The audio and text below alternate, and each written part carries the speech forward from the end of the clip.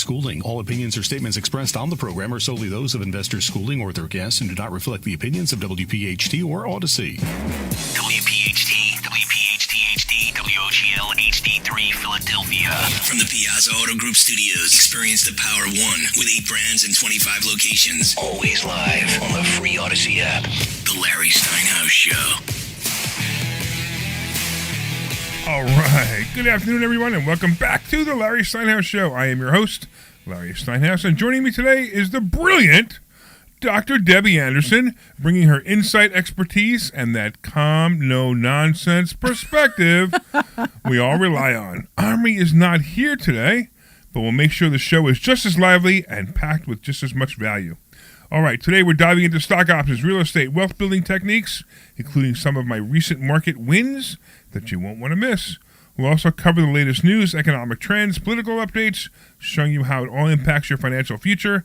And as always, we're broadcasting live from the Investor Schooling headquarters, your go-to hub for learning how to invest, grow your wealth, and take control of your financial life. Don't forget to RSVP for a free class this Thursday night at investorschooling.com. It's the perfect chance to start learning actionable strategies for your success. And we want to hear from you. Hey, Sean, play that button. 855-939-1137. That's 855-939-1137. Call us at 855-939-1137. That's 855-939-1137. I won't stop. That's 855-939-1137. All right, and you can ask questions about just about anything by using that number, right? So grab your coffee, get comfortable. If you're driving, you can still grab your coffee, right? I guess so. As Yeah, long as so you don't grab your spill it on your coffee. lap, Yeah, you should there be you good to go, right? So grab your coffee, get comfortable, and get ready for another packed episode, jam-packed episode. This is what happens when you don't proofread this crap. You know what's really happening? You know what's happening? I changed my glasses, right? Okay. And I'm used to a certain spot in my glasses because I have the I guess the transitions they call it, right? Yeah, I have them too, Right, actually. and- I'm just as old as you are, apparently. Right. So what's happening now is I got bigger glasses. Okay. Right. So they're bigger frames, and the bigger frames, the sweet spot It's different. used to be where I read this thing is in a Alright. different place. Okay. So I'm really having trouble reading it.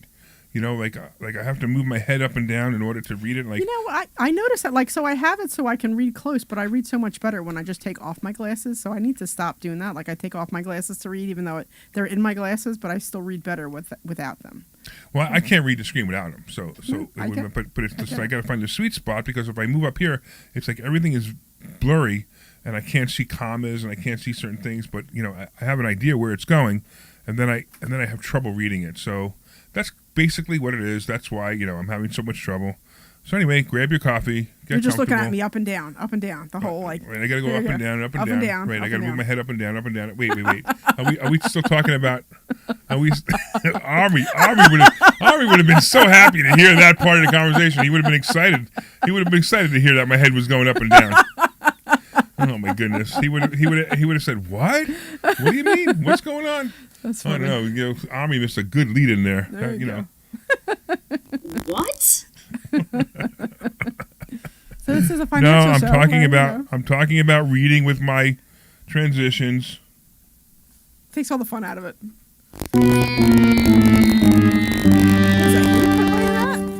What is that, you playing that? Yeah. Okay. Is that okay?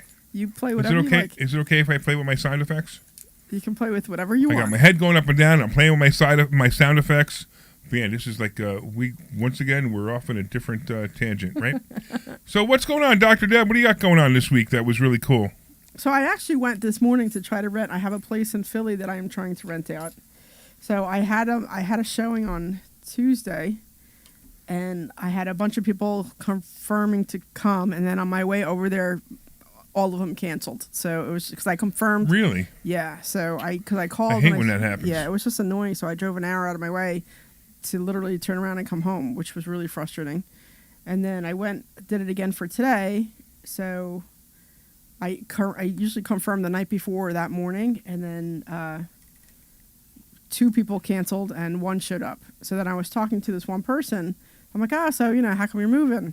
Oh, my landlord sold their house. And I'm like, I love that. That's the old. That's a red flag. yeah. I guess I'm just. I mean, because I want to rent this place out, but it's like you're gonna lie to me, right? You just met me, you're already gonna start lying to me already. So I was just kind of put off. But whatever. Well, I mean, it could be true. It's just a red flag. It doesn't mean that it's not true. Because it's not the. I mean, it's not the first but when time you I've get heard like it. 9.9 out of 10 people say, yeah, I'm moving because my landlord, sold the place. It's like I All right, so it's hard for me to believe it. When they say that, first thing is red flag, but it doesn't mean it's not true. And I say, okay, great. When is your landlord selling the place? Yeah, so apparently they warned them in July. So that's what I mean. Like the dates just didn't match up. So I mean, I don't know, whatever. We'll see what happens. I told them to. I mean, there's more questions to ask. No, I know. I have to say I was just kind of put off because and then I was looking at them on PAE docket, which told me that maybe this is not the best. Yeah, well, that's a whole other issue. Yeah, but just don't immediately discard them if their landlord's selling the place. No, I know. And I do. I ask other questions, but it was just But like I said, they both had stuff on PAE docket that wasn't great, and then there was this other person who was interested in applying, and she had all kinds of forgeries and stuff on her record. Oh, that's nice. Yeah, I'm like, oh, come on. Really? Yeah, that's kind of like, I'm not going to go with that. Yeah, no it doubt. was just kind of like, all right. So I get it. I'm still trying to rent that place, and then I have one coming open tomorrow, and then I still have one of my properties in Monroe that are open now that I'm trying to rent out. So I'm struggling with the whole rental thing. It's very frustrating. So it's interesting. They say that people who start buying single-family rentals, which I have a lot of single-family rentals, they say that eventually they hit a wall, and they start to sell them off, and they either invest in multifamily or they become money lenders. No, I know that's what you're doing. You're kind of moving in that direction. Well, I don't know if I'm becoming a money lender. But you're getting tired of having single-family rentals. I am. I'm getting tired of single-family rentals, and it's weird. I can't explain. It's not. I don't care. I mean, I love tenants. I just don't want to work that hard. And it's not that hard to work. I mean, I put somebody in there, and a year or 2, 3 years later, they move out, and I got to do it again. But it's the stuff you have to do in between, like in between tenants. And again, I've been doing this for 43 years. Yeah. So it's just becoming to the point where, like, you know what? I want a more simpler life. Now, when I say that, my life is so complicated because I've made it complicated. I like my life complicated. I always tell people that I work 80 hours a week at Investor Schooling to teach people how not to work 40 hours a week. Yeah. But I do it because I want to do it. So now when I have a rental go empty, I'm like, you know what? I just don't feel like advertising this rental. I just don't feel like screening the tenants. I just don't feel like going there and meeting them. And that's just so weird because it's not that hard. It's very easy. I think that's the only thing about my rentals that I should have thought more about is that because some of my rentals are a little bit farther away, and it's just like right. I don't want to. I talked to you about that when you're buying them. No, I know. But even the one that's in Philly, like what's interesting is I used to drive an hour or sometime, and one job I drove an hour and a half to get to work every day. And another job I drove an hour. And then ever since I started freelancing and working for myself, I literally used to walk from my bedroom 5 steps over to my office. And I didn't even have to get in the car. Yeah, sure. So now when I'm in the car for 20 minutes, I'm like, oh my God, it's going to take me forever to get there. So now we're talking an hour or two. It's like, I don't want to drive, So, and I think that's part of it. Like if I was still working for another company and driving an hour to work, a 2-hour drive wouldn't be that big of a deal. I mean, yeah, I get it. And, it's funny because I did the same thing. I used to drive an hour and a half to 2 hours a long time ago. And I loved my job. It was great. I had a great job. And, but I'd come home like 6 or 7 o'clock. I'd leave a little early, come up 7 o'clock, and sometimes 8 o'clock. Yeah. If there was weather, it would sometimes be later than that. Yeah. And I really didn't care. It's the same thing even now with the rentals. I don't care about driving to the rentals. I just don't feel like doing it anymore. It's like, it's nothing negative. There's nothing negative about screening tenants. There's nothing negative about putting them out. I just don't feel like doing it anymore. So 2 of my properties came up. One of them came up that said that, the people moved out, and this was a property that I bought about 5 years ago. I took over the person's mortgage, and since then I refinanced it anyway. But when I bought this property, I mean, it was in, like, I don't know if I want to use the word bad well, okay, yeah, probably bad shape, right? Okay. And the people were living in it. And, they paid me a nice rent. It was a nice property. It was a huge house, a 3,500 square foot house in Drexel Hill. And when I first bought it, when I walked through, I'm like, wow, I can't wait for these tenants to move out so I can renovate this property and make it something really nice, right? So they finally moved out, and I walked through the property and go, I don't feel like doing this. It's so funny how I've changed, in that time. But the property is so gorgeous, so I put it up for sale, and I put it up at a price that I really thought it was worth, and sure enough, I mean, within 3 days, I got my asking price, and I'm closing on it next week. In fact, you want to talk about fast. From the time the person moved out, I announced it in class. I let people know that it was available before I even put it up on the market. I had some, they left furniture and they left stuff, tenants think that, hey, if I leave furniture, that's okay, right? Like, no, but okay. So they left their furniture, left stuff. I had somebody come in and clean it out. I paid a couple of grand to have them clean it out. That's something else that really frustrates me is like when they leave stuff and then you have to pay, you have to pay for a cleaning and then you have to pay for whatever crap that they leave. And, for me, like it's frustrating. To me, it's rude. Yeah, it's like you should. Like how rude can you be? I told you to leave the place the way it was when you moved in.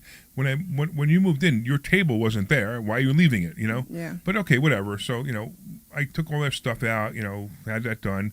Announced it in class. Let a couple of people and students know that it was available before I even put it up on the market. And so so then I put it up on the MLS. And I got 3 showings, and the third one, the guy's like, "I'll take it full price, done." And then in all that time, I'm closing next Friday. So this was July 31st. They moved out. Okay. I went from cleaning it, showing it to some people privately, listing it on the MLS, and finding a deal and having somebody buy it and closing on it within 1 month.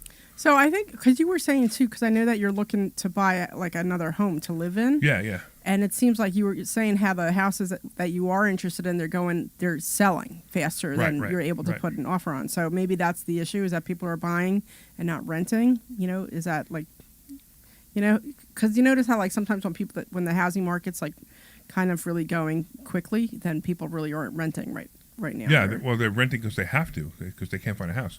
So what you're talking about, so Linda and I have been looking for houses pretty much this week. I looked at a couple of things last week, but pretty much this week we got serious. We started looking at houses.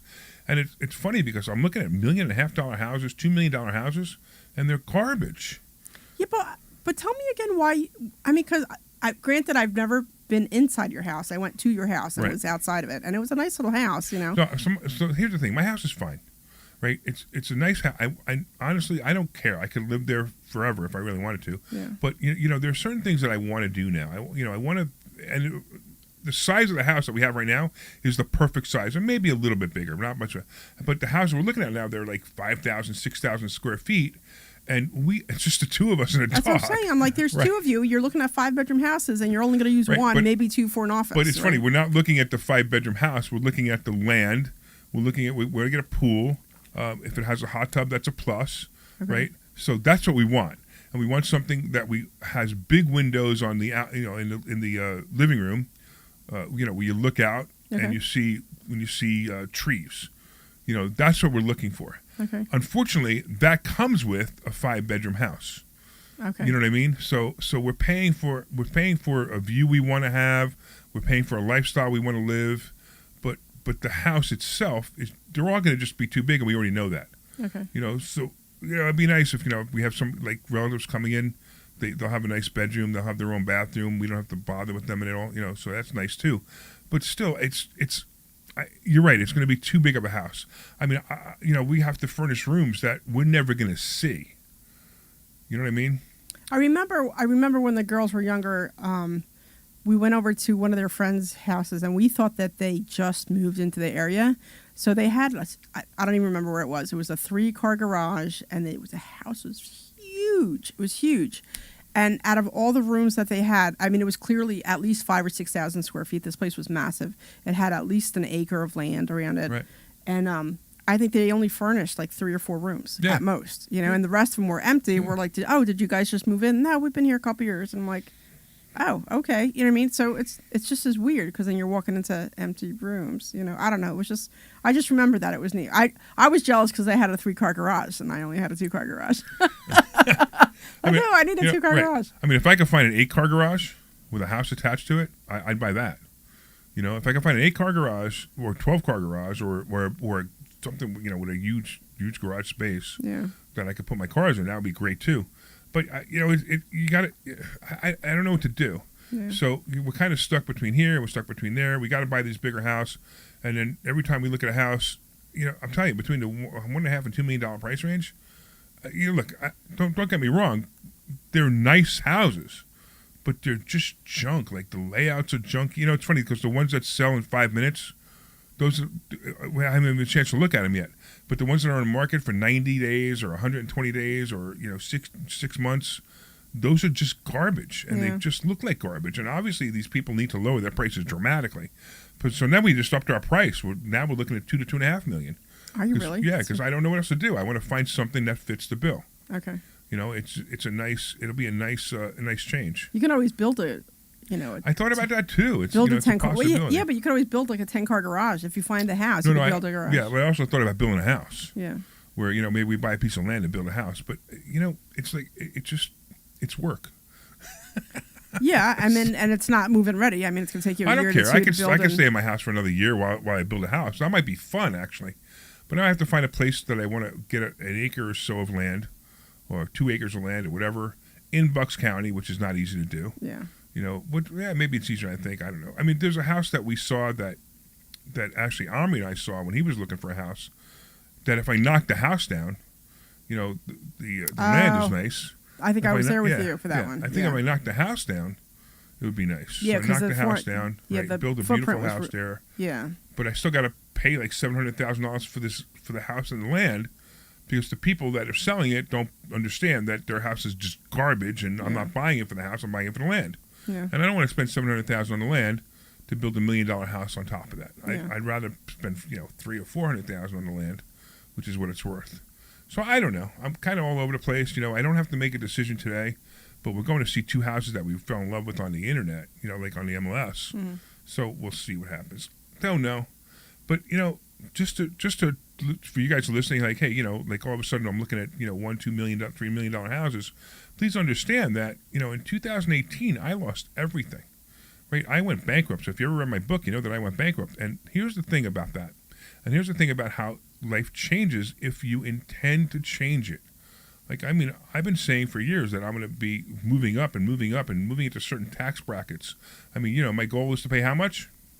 $500,000. $500,000 in taxes. My goal is to pay $500,000 in taxes a year. Now, most people listen to that and they go, my goal is to pay 0 taxes a year. You want to pay 0 taxes? It's really easy to pay 0 taxes. Just don't make any money, and you'll pay 0 taxes. So I want to pay $500,000 a year because I believe that I'll make a lot of money if I pay $500,000 a year in taxes. And I will, you know, and that will happen to me. I believe it'll actually happen in 2027 is the year that I'll pay $500,000 in taxes. Now, you know, it's not going to be great writing the check, but it's going to be great knowing that I reached a level of income that's so high that I can do that. And there were years that I didn't pay any taxes because I had made so little money, and you know, and had some write-offs in some businesses, etc. But if you really want to change, you know, you come to investor schooling and you learn the things that I've done. I mean, I didn't get a job. You know, as a matter of fact, the job is the worst thing you can do. I learned how to become an entrepreneur. I learned how to buy properties. I learned how to invest in real estate, and I learned how to make money fast. And when I say money fast, I don't necessarily mean like, you know, like if you can't pay your bills next month, you're not going to make money to pay your bills next month. That's because you just were irresponsible and you had spent more money than you have. That doesn't solve that problem. But making money fast could be a year or 2 or 3 years from now. All of a sudden, you're making, you know, maybe $50,000 a year more than you're making because you did certain things. Maybe it's $100,000 more. Maybe whatever it is. I mean, and the other thing too is it's exponential. The cool thing about making money and being an entrepreneur and being a successful entrepreneur is it's exponential. Like the numbers move really fast. You know, maybe you do something, you make an extra $1,000 a month or an extra $2,000 a month. And then the next thing you know, all of a sudden it went from 2,000 to 4,000. It skipped right over 3,000. Oh, I see what you're saying. Right, okay. Then it goes to 10,000. It skips right over 15,000. Goes to 20,000. Right, you know, and that's really where I am right now. It's skipping over a lot of those numbers, and I'm moving into a completely different completely different tax bracket that that I can't even figure out how to lower my tax liability because the numbers are getting very high. And the numbers are getting high for my investments. Not, school's great. We're probably going to make some money this year, which is fantastic. But the school has always been that thing that, I did because I enjoyed it. And I still do enjoy it. And Debbie, I hope you enjoy it too. She's just nodding her head. Yeah, I like the students. I like the people. I always say, I like the whoosh of energy when you walk in the door because there's a lot of positivity here. Exactly, right. And I really enjoy that, and I think it keeps my spirits up when I'm having a weird day. But again, the students are always great. Everybody's always nice and friendly, and I think it's a good atmosphere, and people are. I was talking to somebody about it the other day. There's a lot of camaraderie there. There's a lot of people who are a lot of us are just friends. I've gone out to dinner with a couple of the students because we just hang out and just goof off. And we had our picnic a week or two ago, and that was fun. We were all just hanging out and goofing off. So a lot of us are just friends, which is nice. And you get that at the school, and you don't always necessarily get that, in other places. And everybody's always, rooting for you. They're always hoping that you're doing well. They're always trying to help you if something's going on. Everybody's always trying to, oh, you need this here. I know somebody who can help you with that. I posted yesterday, I need a house cleaner for that place in Philly, and within an hour I had somebody responding to me, and then another hour somebody else responded to me, hey, call this person. They know that you're going to call. Which just is great. So Excellent. The electrician. He went to I was away for the week, and he went to my house to fix the electric that was going on in my house. So you just get that at the school where you don't necessarily get that in other places. Yeah, and then we have the success stories. It's becoming it's really I don't know.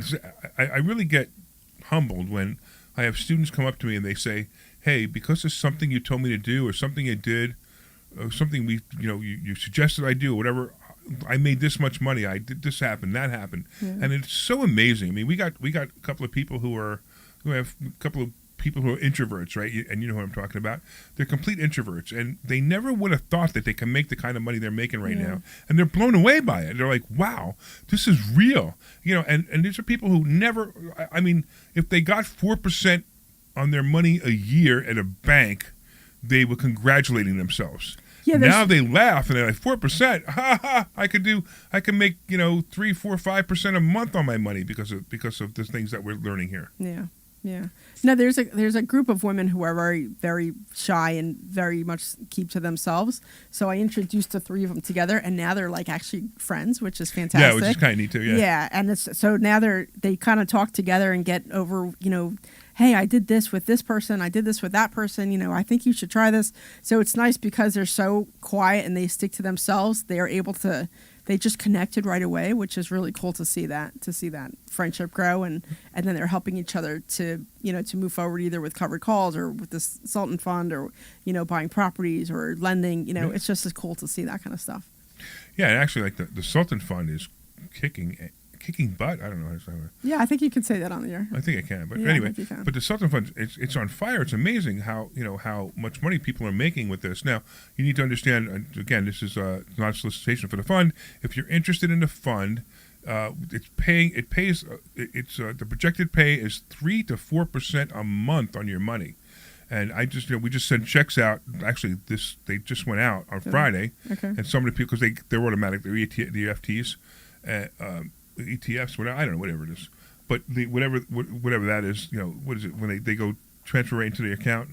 So they transfer right into the account, and they get their money, and they're calling me or they're sending me text messages. Hey, thanks for the money. One guy today is like, I just got $26,000 appear in my account. Thank you, Larry. And it was it's really great because he invested in the fund. So these are things that are really cool that you can do with us, and we can teach you about the fund. We can teach you how we do it. It's for the fund. If you invest in a fund, you have to be an accredited investor. You have to get a private placement memorandum, which is you get online from us. And if you're interested in the fund, by the way, a lot of people are interested in the fund. We get a lot of phone calls for the fund from the radio show. And some emails too. Actually, we've gotten a couple emails. Yeah. Let me do this. If you're interested in a fund, send a text message to the phone number 26786. That's 26786. That's the phone number, and send the word Sultan, SULTAN, to 26786, and you'll get a link that'll take you to the fund page, or you can just go to SultanIF, which stands for SultanIncomeFund.com. You can find out more. You can call me direct, whatever you want to do. I don't really care, but I'll be able to help you with that too. And if you're an accredited investor and you want to invest, the numbers are really nice. And if you want to learn how we're doing it, that's the cool part, is exactly what we're doing in the fund we teach. So it's really funny. It's like, well, can I do it by myself? Of course you can. Yeah. And if you're not an accredited investor, you can learn how to do it Yeah. by yourself. You could maybe put a couple of 10, 20 grand in an account and learn how to do it and start making money right away. How are you doing with it? I am pulling out on Wednesday should be in my account. This month I am pulling out $8,133.22. Yeah, does that help? Yeah, that's going to help me a little bit. Yeah, that's going to help me pay off a couple things and Isn't pay that amazing, a couple right? lenders and stuff. So I'm excited about that. It's amazing. I mean, the fund, like I just got to, we've been, one of the things we've been tracking because people wanted to see the proof. And I'm not going to take the Excel spreadsheet out, but I put $50,000 to track it just to show everybody how it works on January 1st. And as of today, I pulled out $37,000. It was overtime, $37,000 over that time, over those months, and I still have $52,000 in the account. Yeah, I kind of wish you did this like when I wish I learned about it, and I think it was just me because I was always more into real estate than anything. Because I remember when Paul was doing it, but I don't think I struggled with the concept. It took me a while to figure it out. Like I really struggled with the concept, and now I think I get it. But I remember Paul was doing it, and he was always pulling cash out. Yeah, he was making a lot of money doing it. Yeah, exactly. And I think the thing was, I was so busy teaching all the different methods, and this all started. The whole thing, the fund, the proof, everything all started because students didn't believe me. Yeah. And I was like, you know what, guys? Fine. I'm going to show you that it works. I'm going to tell you exactly what I'm teaching you. I'm going to do it. Because I've been doing it anyway, but I was doing it with as a mixed strategy and other different strategies. And so I'm going to take one account. I'm going to do covered calls with this one account. And that's all I'm going to do in this account. Yeah. And I showed everybody. And all of a sudden, everybody started doing it. Now everybody's making a lot of money. Yeah. And it's really great. Now we have 3 different programs. One where we teach you how to do it. One where we'll teach you how to do it. And I'll trade in your account for you for free. Which is a kind of cool one. And then we have the other one, which is the fund. You can just put the money in the fund. And any one of them will make you money. I'm telling you now, it'll make you money. Now, are there risks? Yeah, we'll go over the risk, but the risks are very small. I mean, I've been saying that on a scale of 1 to 10, the risk is probably 3-4 on a scale of 1 to 10. I looked at my account today, actually, and all my stocks were taken. So yeah, good. I'm like, right, isn't that? Yeah, that's so it's good because I'm and bad. looking at it, I'm like, where is everything? And I'm like, oh my God, it's all gone. So, right, it's good and bad. The only thing that's bad about it is you got to buy them back on Tuesday. Now, I noticed, on Friday the market dropped a little bit, and I believe that when we open up on Tuesday, the market's going to be down. I'm hoping. So it's a really weird thing, right? Because everything is out. I'm hoping the market tanks Tuesday morning. Yeah. Because if the market tanks, then I make more money. Yeah. Because we have to buy all our stocks at lower prices, which would be fantastic. Yeah. Now, if the market's up, we have to buy them at higher prices, and it's not that we're going to lose money, but our account balance might go down at the end of the month. Yeah. I had a scary thing happen to me last night. It was funny. It was like I just woke up. I had insomnia again, so I go to my computer, and I'm curious to see because I'm waiting for these things to clear, the stocks to clear, and I go to my account, and I noticed that my account was down $465,000. Oh, my God. And I'm like, what just happened? What did I just miss? First of all, a movement like that, the way we trade, it can't happen, right? You can only have really small movements. So if I'm trading $2.5 million, I mean, maybe the horrible market, maybe $50,000. So I'm like, what just happened? What did I do? Did I do something wrong? And then I realized what happened was the account was clearing. Okay. So things were being pulled out, but numbers weren't. They weren't. Okay, right. I got it. So it was the funniest thing. It was like, and I watched it go like negative 465, then negative 200, then positive 10,000. It was the funniest thing because I did it at right at the market end, right at the clearing end, which was 10 to 3. So 2:50 last night, 2:50 a.m. Oh, okay. And the reason it's 2:50 a.m. is because they clear Pacific time. Oh. They clear at 12 o'clock Pacific time. Okay. So I was freaking out. I'm like, what just happened? And I'm like, did I do something wrong? Did I make a major mistake? And then it dawned on me. I'm like, wait a minute, these are just clearing. And I watched it clear, and it was pretty funny. And also, when you have insomnia and you wake up in the middle of the night, your head's not thinking straight. So I didn't realize what it was right away. But it didn't take me long. I just bought, it's supposed to come in today. I'm pretty excited about it, actually. I just bought a sunrise clock because I have a hard time, I have a hard time falling asleep and I have a hard time staying asleep. So somebody recommended a sunrise clock to me. So what is a sunrise clock? A sunrise clock. I'm so excited. A sunrise clock. I can't believe how excited you are. I am. I'm so excited you're about this. clapping, you're jumping up and down. I am so excited for this thing. So it's this round clock. And it has a glow to it. So you can have a nighttime glow or a daytime glow, whatever. And it also has all these different sounds to help you fall asleep and to help you stay asleep. So I have the one, I don't know, I haven't gotten it yet, but I think the one I bought has 20 sounds or something to it. So I'll play the ocean on it, or you could wake up to birds or something chirping or whatever. And then as it gets lighter in the morning, the glow will get brighter. Oh, that's interesting. Yeah, so that it's almost like you're naturally waking up with the sun. So it kind of retrains your body to wake up that way. And then with, I guess, the white noise. My dog wakes me up. Shut up. But with the white noise, it's supposed to help keep you asleep. So I'm really excited about this sunrise clock. So somebody was recommended it to me, and she said it made a real big difference to her. And I'm like, all right, I'll give it a shot. So it's supposed to come in today. I'm excited about the clock. Well, that's pretty exciting. With that boring topic, we're going to go to commercial. Okay, Sean, take us to a commercial. Hey, this is Larry Steinhouse with Investor Schooling. How many commercials you guys want me to play? will you finally go to investorschooling.com? 4, that's cool, but Up for a class yet? What did You're that going to learn one say real that estate you investing. deleted? You're going to learn stock options What did trading. that one You're say going to that learn you things deleted? about money that you didn't even know You deleted a existed. comment. Go to What did it say? investorschooling.com right now. Oh my goodness. This Thursday, investorschooling.com, and take that free class. See you there. Hey, this is Larry Steinhouse with Investors. you guys don't play spots going into the next hour. Like, you know how y'all do a break going into the next hour? Do y'all play spots like that, or do y'all go straight into No, we go regular straight in. spots? So you guys do whatever you do, the station identification, whatever it is. Okay. I didn't know if you wanted to play any of your spots going into. Yeah, if you want to play my spots instead of your spots, that's fine with me. I don't think That's investorschooling.com. Oh no, we can't do it like that. But I could probably I just didn't know. Like, let's say you want to get off at 58 and you want to play your last 2 minutes of your spots or something like that. No. 59, we're off at 59 and a half. It's fine. Okay.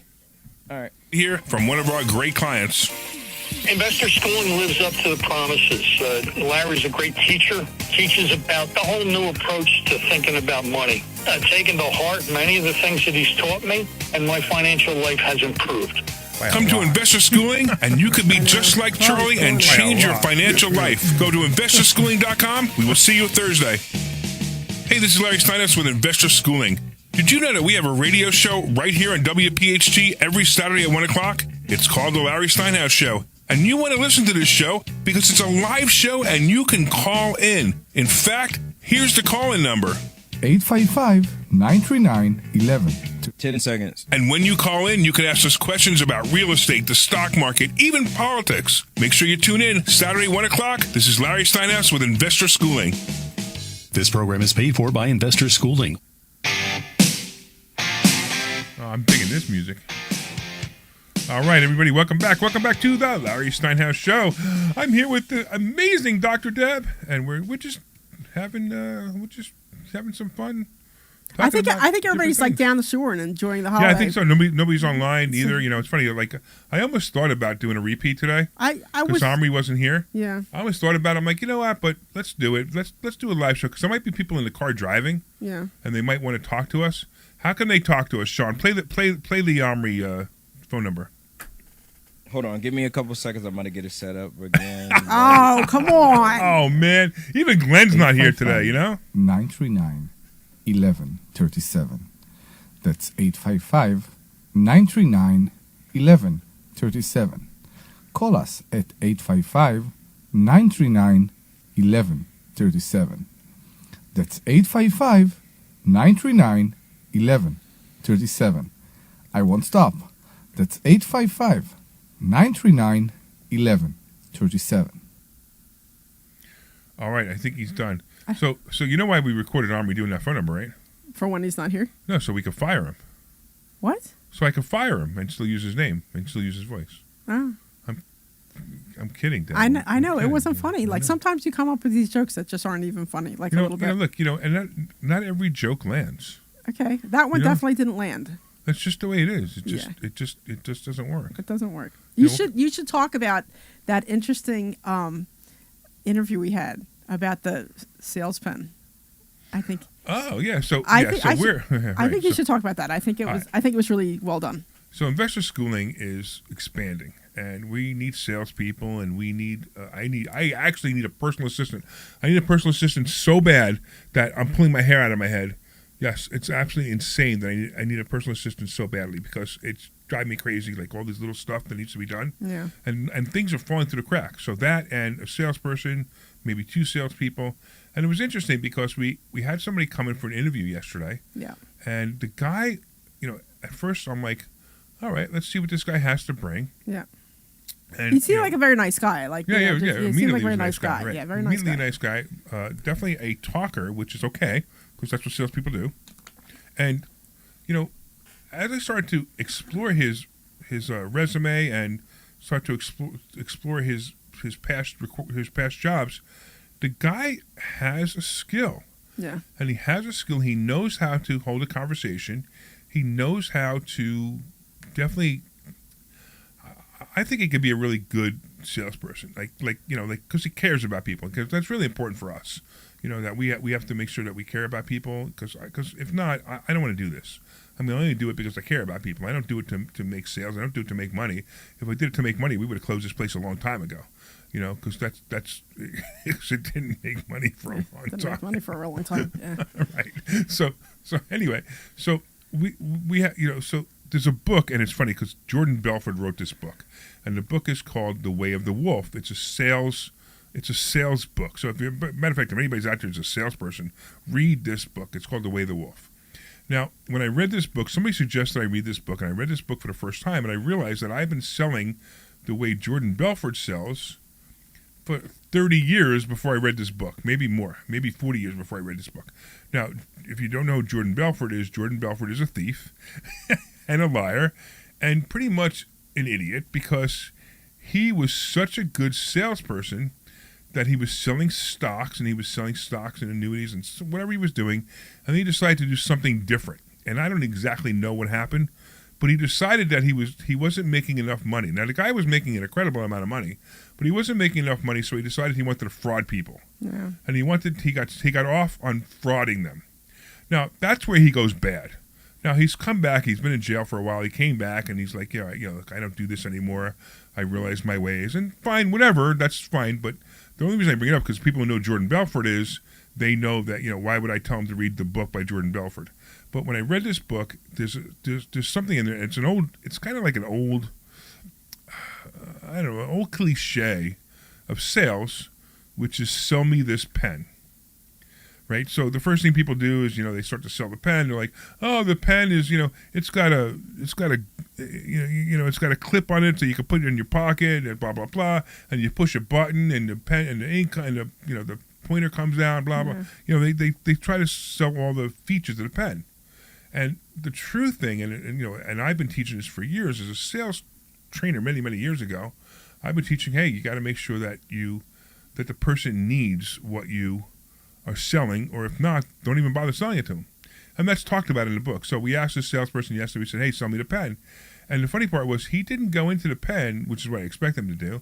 He goes, hey, do you like black ink or blue ink better? And I said, black ink. He goes, well, that's good because this pen has black ink. Yeah. So it was kind of like almost there. So it was just a really great. You know what it was? It was just know. I've seen you do that to a lot of people. Sell me this pen. And nobody got, even with Omri. Omri did it once too. He's right. just like, I don't get it, And I read the books and I saw the movie, so like I remember it. But it was just so funny because he didn't have any knowledge of that book or who Jordan Belfort was, and he just was reaching back into his experience. So the guy yesterday, he didn't have any knowledge of like some great salespeople who've written some great sales That books, was interesting too because he didn't know anything about right. Brian He didn't Tracy. know Brian Tracy, right? Yeah. But it was okay because he knew he had a skill. He had a skill. And I got to tell you, I hope he's not listening, but I got to tell you something. The guy, his entire life, never made enough money to equal the skill I think he has. I think that he actually limited himself. Now, if he's listening, that means he's going to ask me for more money if we decide to hire him. But I got to tell you, I think he limited himself because he didn't know that he could make a lot more money than he was making. But that's fine. Well, and we're interviewing some other people, so if you are listening, I'll let you know. But we're interviewing some other people. But it's just really neat to know that there are some good people out there that can do things that I thought nobody can do. Yeah. And the other thing that was very interesting because you had posted something up on Indeed, right? Because we were looking for a personal assistant, we were looking for a salesperson, and inside 48 hours, you got 150 some resumes, and like most of them are just like total terrible. Garbage. I'm one's a bartender. I want to be your personal assistant. So, and I'm a massage therapist. I'm like, wait a minute, I don't think you understood what I meant by personal assistant. Yeah, drive for Amazon. Like just the weirdest jobs. It's just like, Yeah, they don't understand like a personal assistant. We're not talking about a receptionist answering phones. I'm talking about a personal assistant, like someone who eventually is reading my mind at what I need done and is doing it before I even get it done, But I was really amazed at how, because we were looking through some of them yesterday, and in the time we looked for like an hour, we had another like 30 or 40 applicants. And I'm like, what on earth is this? So I didn't realize that it was so crazy that way. You know what I mean? Like, yeah, and people have to understand it. If you really want this job and your skills don't match, it doesn't mean you shouldn't apply, but don't apply by just sending your resume. Yeah. That's the problem with the job boards is they just click and upload their resume and hope that somebody says, okay, I'll interview you, and then hope they get the job. It's not going to happen. Yeah. You really want this job, you have to call. You need to say, okay, I'm going to find out who this guy Larry Steinhouse is. I'm going to call him. I'm going to say, listen, I'm going to tell you, I don't have the skills for this job, but I'm going to tell you why I think you should hire me. So, it's interesting you say that because I'm seeing that with the rentals, though, too, is that, like, people, like, today, they don't like to talk on the phone.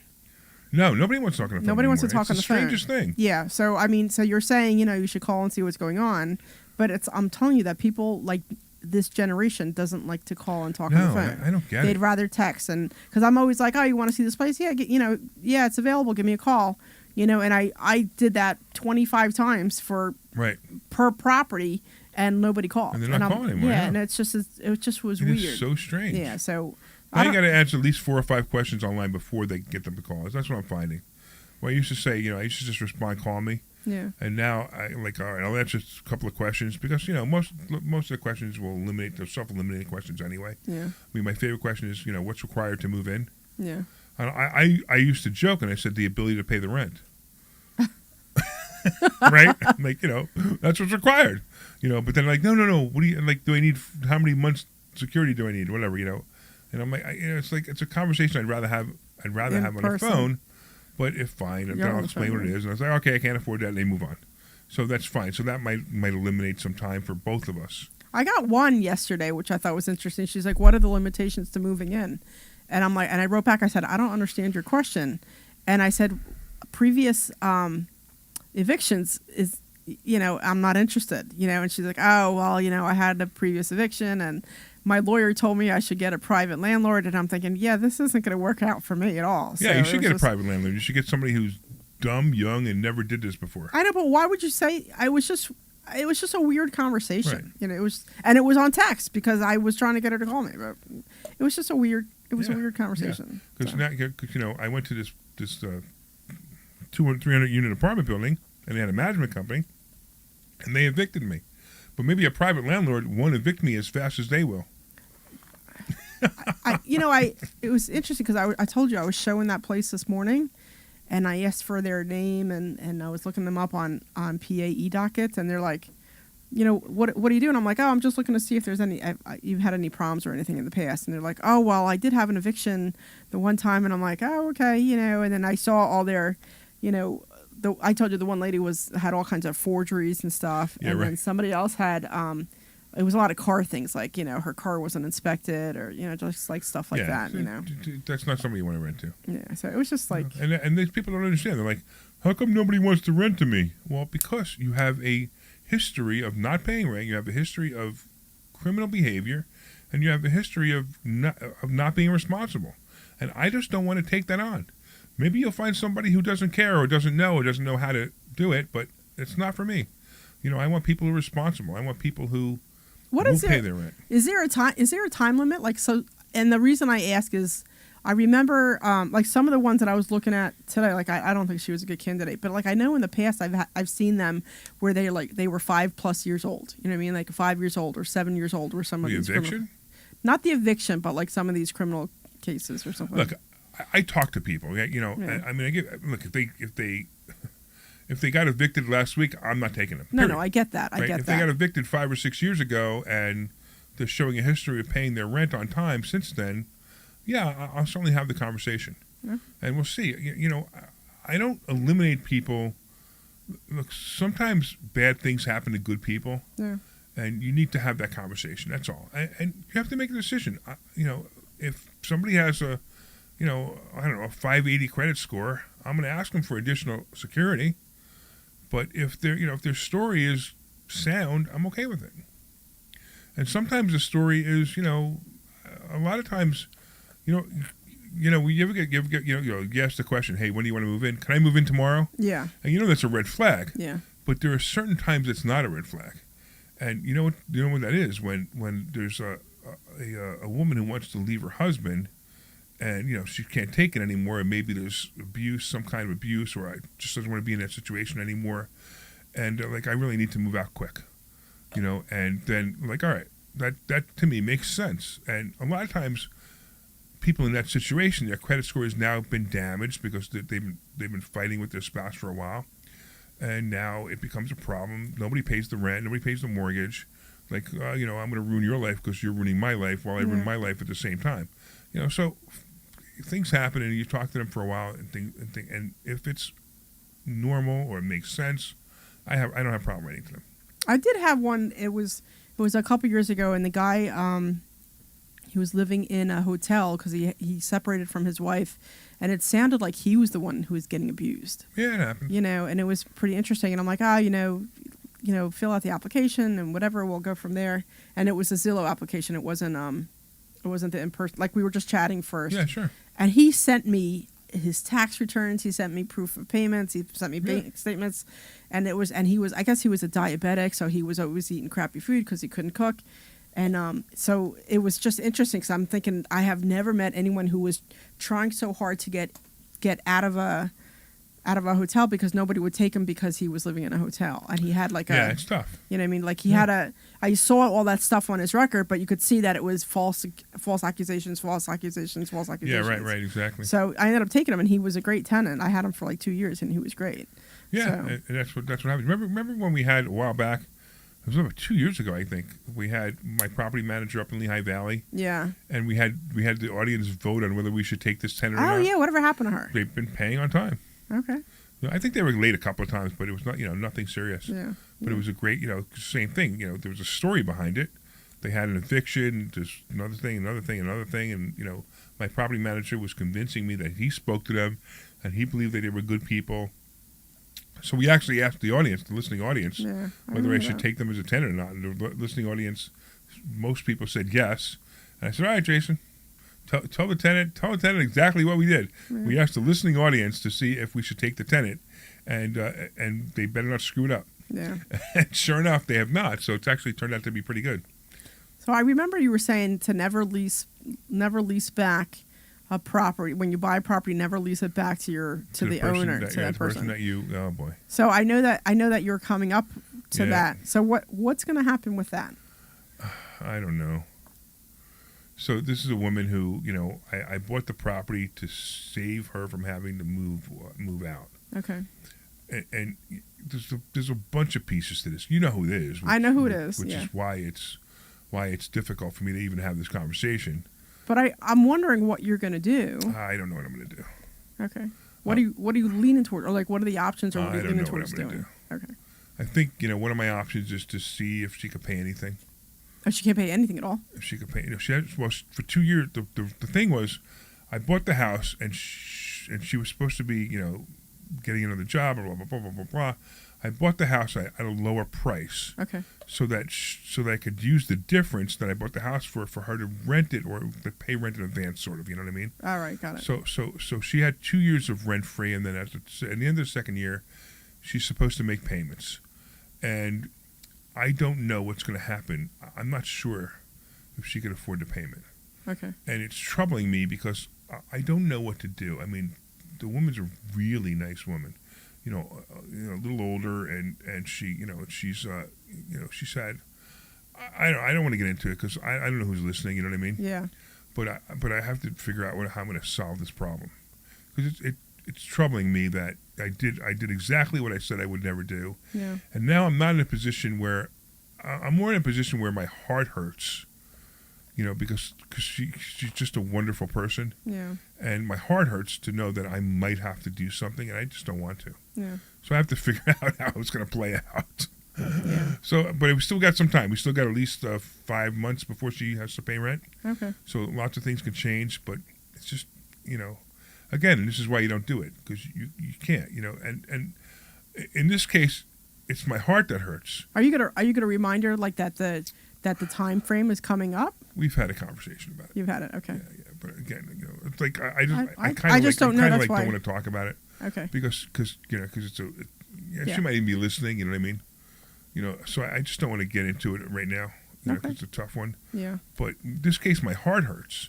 To think about that, I might have to do something. But some cases there could be legal issues with you renting back to the person who you bought the house from. Okay. They can go to court and they can say, he promised me he was going to sell the house back to me, and you never did.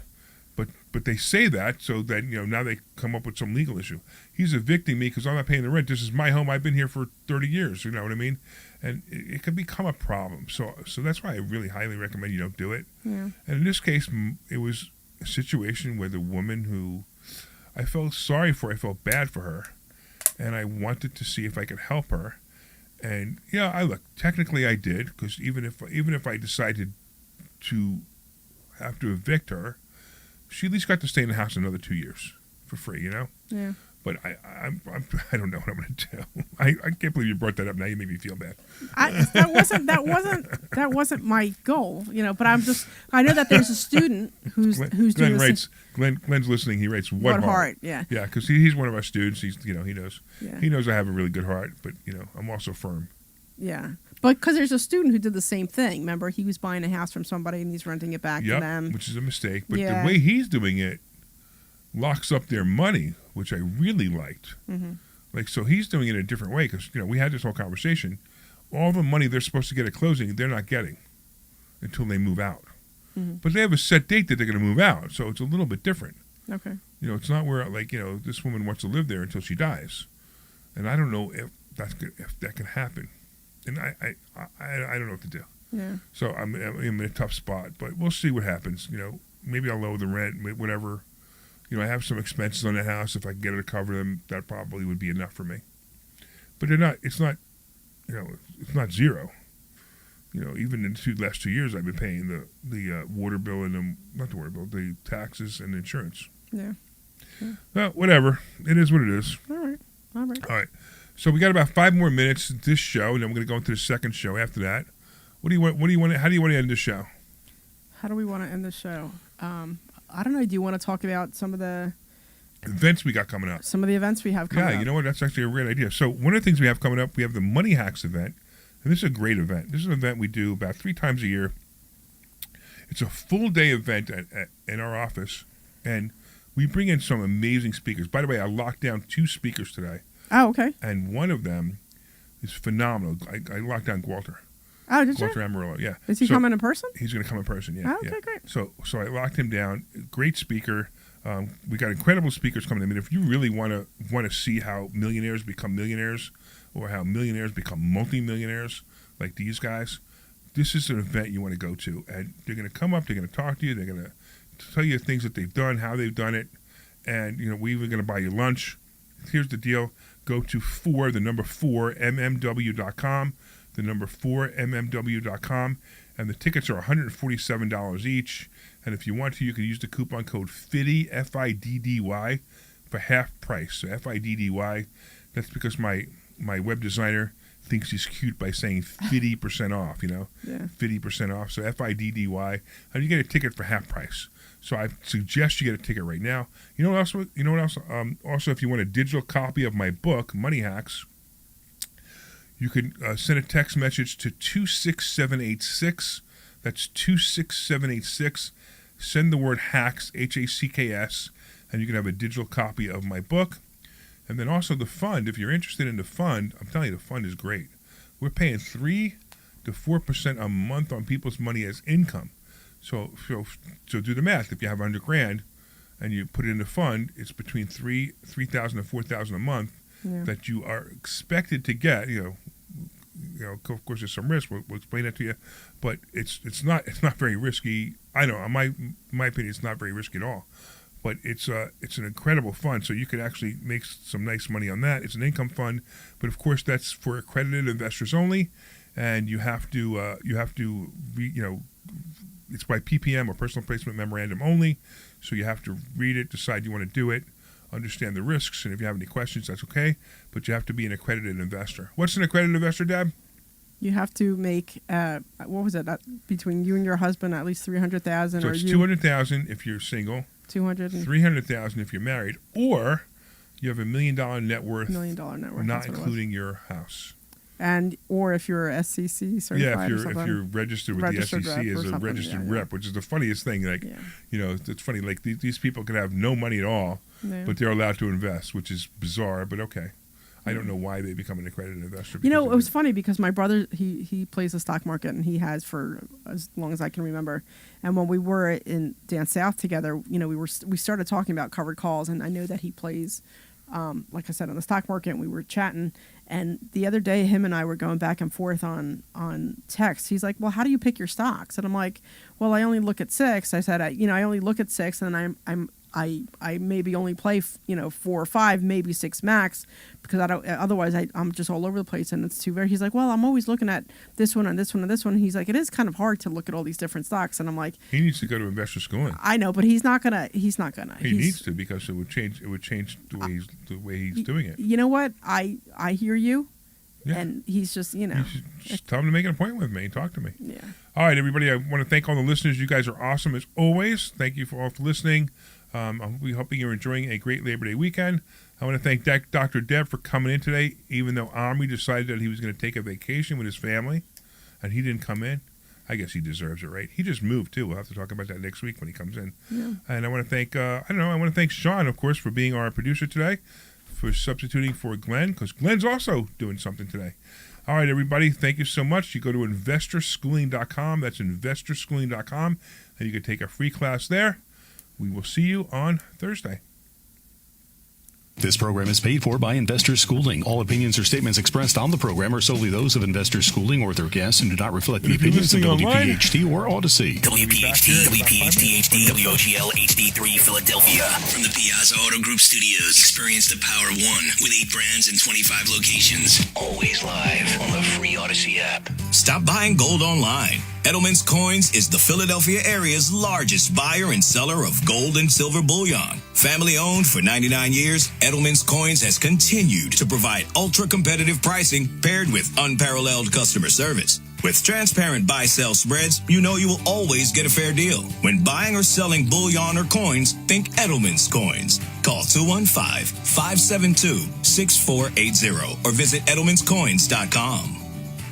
Tune in tonight starting at 7 p.m. for the Bob Pantano Saturday Night Dance Party. Live from Adelphia in Deptford, the Bob Pantano Saturday Night Dance Party is broadcast exclusively on 98.1 HD2 and Bob Pantano Dance Party Radio on the Odyssey app. Powered by Bagliani's Market in Hamilton. Here's a few questions for you from California Psychics. Do your workdays seem to go on forever? Is your career progression as fast as downtown traffic? Or does your boss still not know your name? Hey, you, Tina, Lisa, Sheila, whatever. Get that report to me by lunch, okay? It's Carrie, ma'am. Just get it done, Terry. It's time to read the career warning signs and talk to California Psychics. We're always on hand to give you the career guidance you need. You see, we only connect you with the very best. In fact, 98% of the psychics who apply to work with us don't make the grade. That's why we can guarantee if your reading isn't life-changing, it's free. So you could soon be telling your boss where to stick that report. Where are you going, Terry? Terry! Experience the joy of certainty. California Psychics. Call 1-800-PREDICT today and get 20 minutes for just $20. Hey, it's Nick. Join me on the first Wednesday morning of every month for 1210 WPHT's Veteran Spotlight, a program where we shine a spotlight on one outstanding local veteran in partnership with the Travis Manion Foundation, celebrating their remarkable commitment to community service and their exceptional service in the military. This week, we are honoring Josh Jabin, United States Marine Corps vet, and his contribution to the veteran community. Presented by Window Nation. For all of your window and door needs, visit windownation.com. All right. Paid for by Investors Schooling. All opinions or statements expressed on the program are solely those of Investors Schooling or their guests and do not reflect the opinions of WPHT or Odyssey. WPHT, WPHT-HD, WOGL HD3 Philadelphia. From the Piazza Premium Automobile Studios, powering your drive with 10 brands and 20 locations. Always live on the free Odyssey app. The Larry Steinhouse Show. All right, good afternoon, everybody. Welcome back to the Larry Steinhouse Show. I am your host, Larry Steinhouse, and joining me today is the brilliant Dr. Deb Anderson, bringing her insight, expertise, and that calm, no nonsense. See, I'm telling you, I can't read with these glasses. So, is this the same intro as It's the before? same intro. Oh, I thought you were. I forgot to do a new one. But it's okay. It's no nonsense. Debbie's no not Deb. Anyway. Do you want me to try reading that for you? What? Do you want me to try reading that for you? You can't. Okay. I have to bring the computer over there, and that would break everything. Today, we're diving into stock options, real estate, wealth building strategies, including some of my recent market wins that you don't want to miss. We'll also cover the latest news, economic trends, and political updates, showing you how it all impacts your financial future. And as always, we're broadcasting live from the Investor Schooling headquarters, your go-to hub for learning how to invest, grow your wealth, and take control of your financial life. Don't forget to RSVP for our free class this Thursday night at investorschooling.com. It's a perfect chance to start learning actionable strategies for your success. Hey, we want to hear from you. Listen, I'm going to have to give the phone number because the last time Omri gave the phone number, nobody called. So if you want to call in and ask us any questions about anything at all, 855-939-1137. That's 855-939-1137. And you can ask us questions about anything at all. You can share your insights or just join us for the conversation. So grab your coffee, get comfortable, and get ready for another packed episode. I still think, you know what it is? I'm just looking for the word there. Get ready for another packed episode of the Larry Steinhouse Show. I know, Insights, strategies, and few laughs along the way. Wow. When you say episode, it seems like, because I remember a couple people are like, oh, you have a podcast? I'm like, no, I'm not on a podcast. I know. We're on the radio. We're on the radio. Like, people don't believe me when I say that. Like, they're like, what do you mean you're on the radio? Yeah, everybody's like, what do you mean? And half of them are going, what's radio? And the other half are going, AM. How do I find that? Yeah, but everybody, you say the word episode and it's all podcast because there's like a million podcasts out right now. Yeah, right, exactly. But nobody believes that when I say that. I'm like, no, I'm on the radio. They're like, oh, you mean a podcast? I'm like, no, I mean the radio. Like right. You turn on the radio that on your. You're finally telling people you're on the radio. You're telling me you wouldn't tell your friends you're on the radio. That's not what I said. There's a handful of people. So no, hold on. So there's some people that I say I'm on the radio for, but I keep my. She's embarrassed. I am not embarrassed. I am not embarrassed. I'm on the radio 2 hours a week, and I talk about really cool stuff like finances, but I'm too embarrassed to tell my friends I'm a radio host. I never said that. I just keep some of my lives separate. I keep my married life separate from my investments. I keep some of my other friends, my Jewish life separate from my investment life. And I keep my work life very separate from my investment life because they don't mix. Like they just don't mix. So how do you have conversations with people if you're not talking about what you're doing? It depends on what life I'm in, right? So So I belong to American Medical Writers Association. So when I'm with my AMWA people, like the discussion is like, what is the market doing? How are we doing? What's going on with clients? ChatGPT is like ongoing conversation for the last 6 or 7 years. So it's always based on that. Business, right? But if you have a friend and they say, hey, what's going on in my life? Well, hold on, let me see. Am I talking to the friend that's in this group or this stop. group or So this there's group? no stop. So there's only outside of you and Omri, there's only one friend who is like she's. You only have one friend besides Omri and I? Yes, there's only one friend. Shut up. There's only one. Look, I have more friends than you then, and that's hard to believe because nobody likes me. Can I finish my conversation, my discussion? Well, I'm just trying to be the interrupter. All right. What I'm saying is that most of my girlfriends are not interested in hearing about my real estate stuff. Well, they don't have to hear about your real estate stuff, but the fact that you're on the radio might make them. No, because what do we talk about on the radio?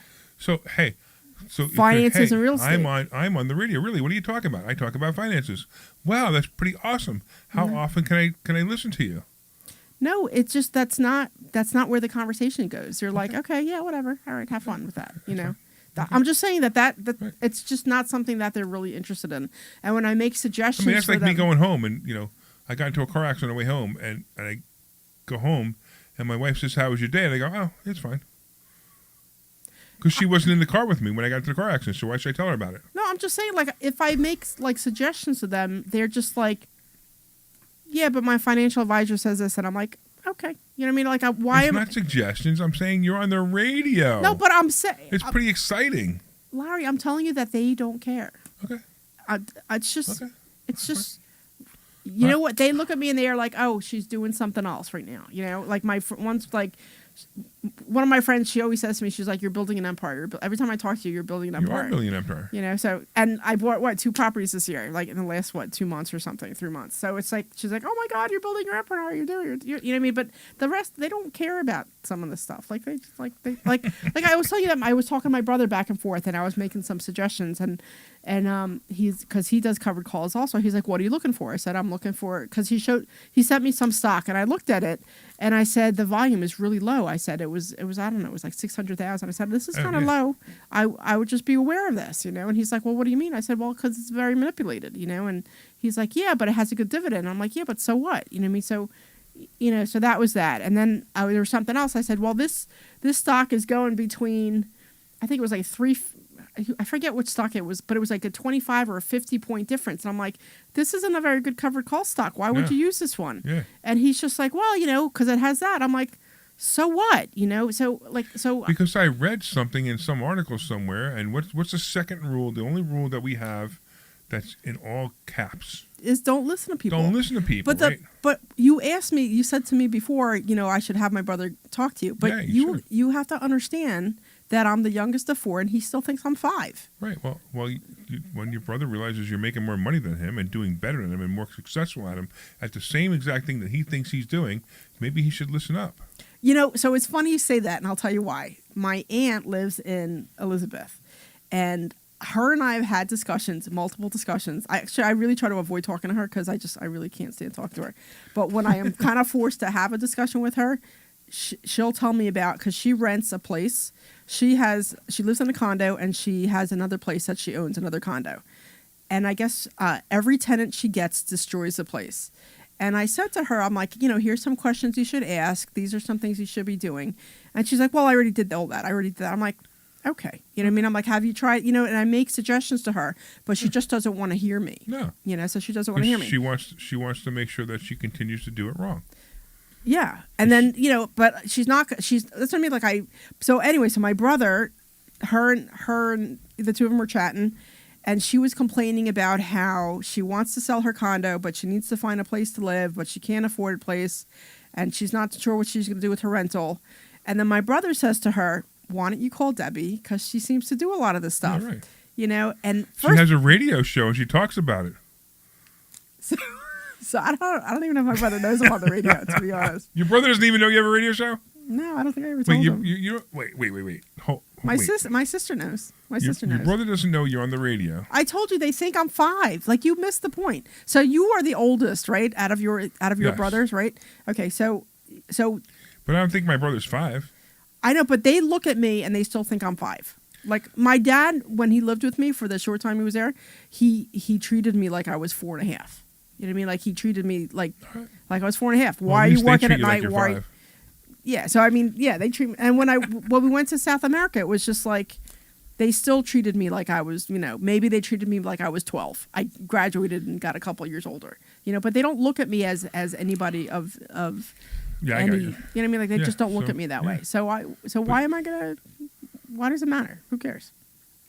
I don't know, but you know, this way, you know, maybe they'll give you some the respect you deserve. Yeah, they don't. That's not who they are. That's not who my family is. All right. You know, that's just not who they are. You know, your brother finds out you're on the radio, he might be impressed.